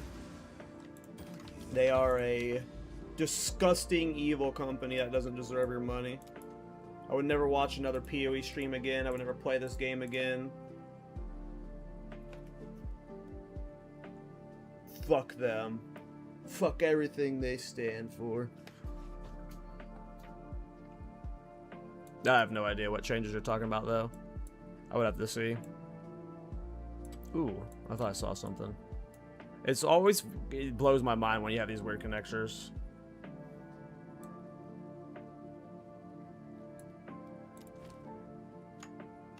Recurse recovery rate. Man, now you guys got me thinking about Solus ups, though. Not you guys, but Silver Surfer.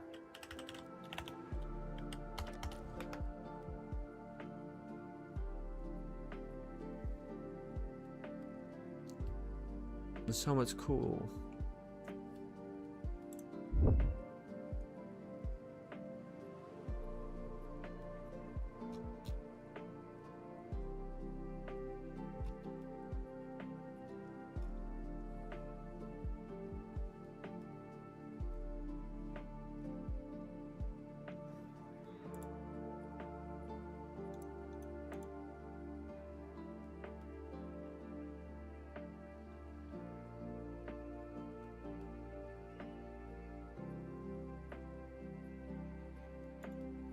I wonder if there's a Solus Ips build I should do. That isn't the offering stuff, but the offering stuff seemed really smart for it. The offering stuff seemed really smart for it.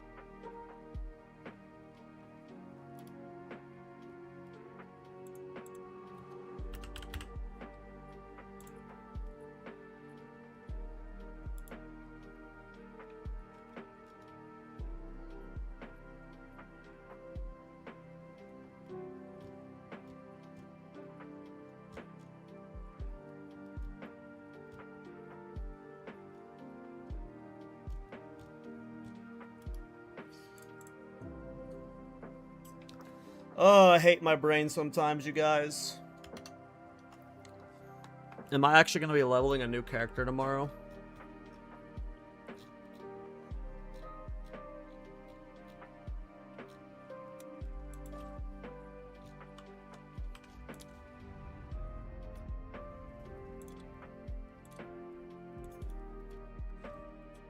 Is no balls saying I have no balls for not committing to this character pro tag? Or do I have no balls if I don't try this new character? Which one are you saying I have no balls for? I have an order. Fuck. Both? Oh my god. Oh my god. Both of them. I lose no matter what. I've got no balls no matter what I do. Oh my god. Ballless. Ballless.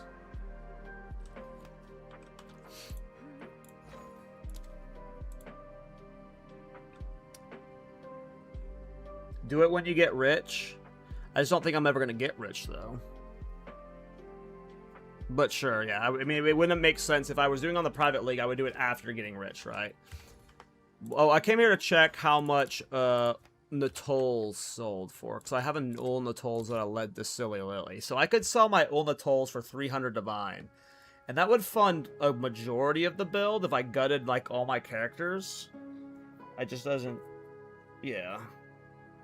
I only need to gut it if I need 3 Rockiatas, though. Like, we can do the build with 0 Rockiatas.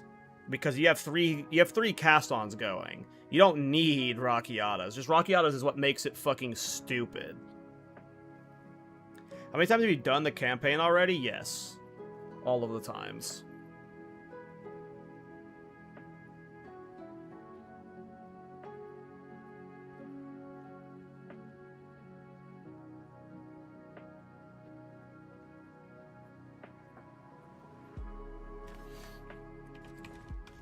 Maybe we... Do I do it on the private league? Let me look at the price of the build on the private league. I'm thinking about doing on the private league. So, the core pieces were... We needed 3 Coolmex.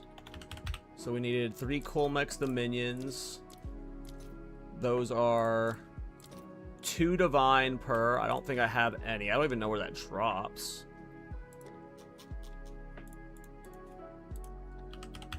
Yeah, I don't have any Coolmex Dominions, so we would need 2 to 3 of them. Well, we need 3 of them. No, we need 3 of them, based off of the build I saw. So we need 3 of those. 6 Divine is whatever. We have, like, more than that we can sell and stuff on us. Ultimatums get us 6 Divine per run or whatever.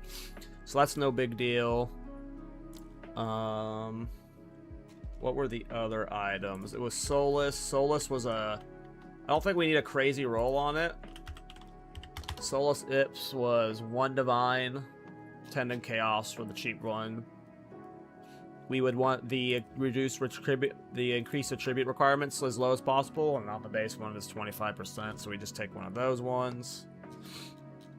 Can you link the build you saw? It was a viewer who popped in earlier. Let me re-show it on stream if I have it someplace. Here was this build. It was a Solus Ips build that lets you use multiple sockets of lineage support gems, which he's slotted Coolmex Dominion into Soul Offering, Pain Offering, and Bone Offering. And he's also got 3 Brutus Brains going. And what that does is it helps you feed into cast on critical, cast on minion death, and then it allows you to cast Enervating Nova onto your offerings as well.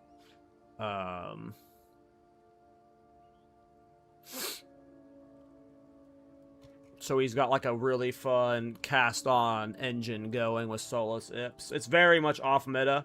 It's not going to be a fast clearing build by any means. It's probably going to be not even very good, I imagine. It'll like kind of do bosses, but that's about it. It'll probably look cool as fuck though. So yeah, we might try it. I'll link his ninja. He's gonna post videos of it in the Thorns Discord tonight. So that'll be what, you know, pushes me to actually play the build, is seeing the clips of it. But like when I look at it on PoE Ninja, I can only imagine how it plays. I can imagine how it plays, and I imagine it plays pretty well. It's a slow mapper, but I imagine it just shits out comets. It just shits out comets, so that'll be really fun. Yeah, I don't really have a direction to go right now. Oh, we have a new Tainted. So if I play the character tomorrow, I'll have a Tainted I can do on it. I imagine I'm going to do it on the private league. And the problem is with the private league, I don't know if anyone's going to have a temple they can boost me with, which I've never boosted before. A character like that. So I probably guess I wouldn't even do it. It'd be fine to just level it normally.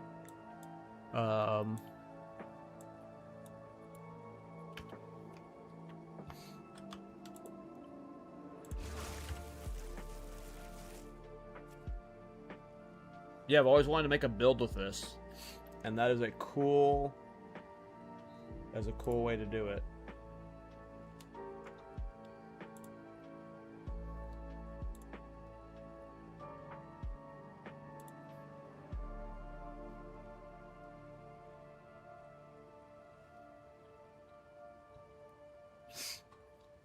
is a cool way to do it.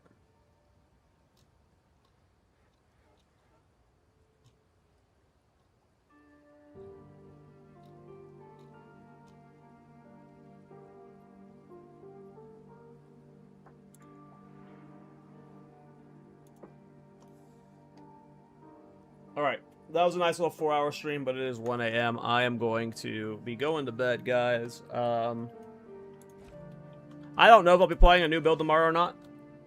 I am still having a lot of fun on the Sort character. It's still pretty early in the private league to where there's still just some more currency to farm. But knowing me, you know, there's a good chance I'm trying something new tomorrow. It's just I'm like really currency starved on the private league, so yeah, we'll see what happens. I'm still having a lot of fun on the Spark character, though. Like, Widowhail Spark is really cool. This is a really fun build. I don't know. Let's see what happens. But yeah, I'm tired, guys. Thanks for hanging out. Join the Thorns Discord.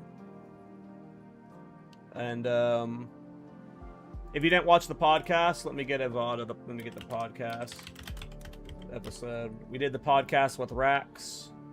It seems to be pretty well received. It's already got 10,000 views. The comments are really nice on it. If you haven't seen the podcast, check it out. I do a weekly podcast with Miso Shiro and Dead Rabbit. Weekly Path of Exile 2 podcast where we talk about build making, and this week's guest was Rax. Rax is one of the goats. And yeah, Miso and Dead Rabbit are also goats. They are really fantastic build makers, so it's just a really fun podcast where we talk about build making in PoE 2. But yeah, I'm going to end the stream there. Thanks for hanging out, everybody. I'll see y'all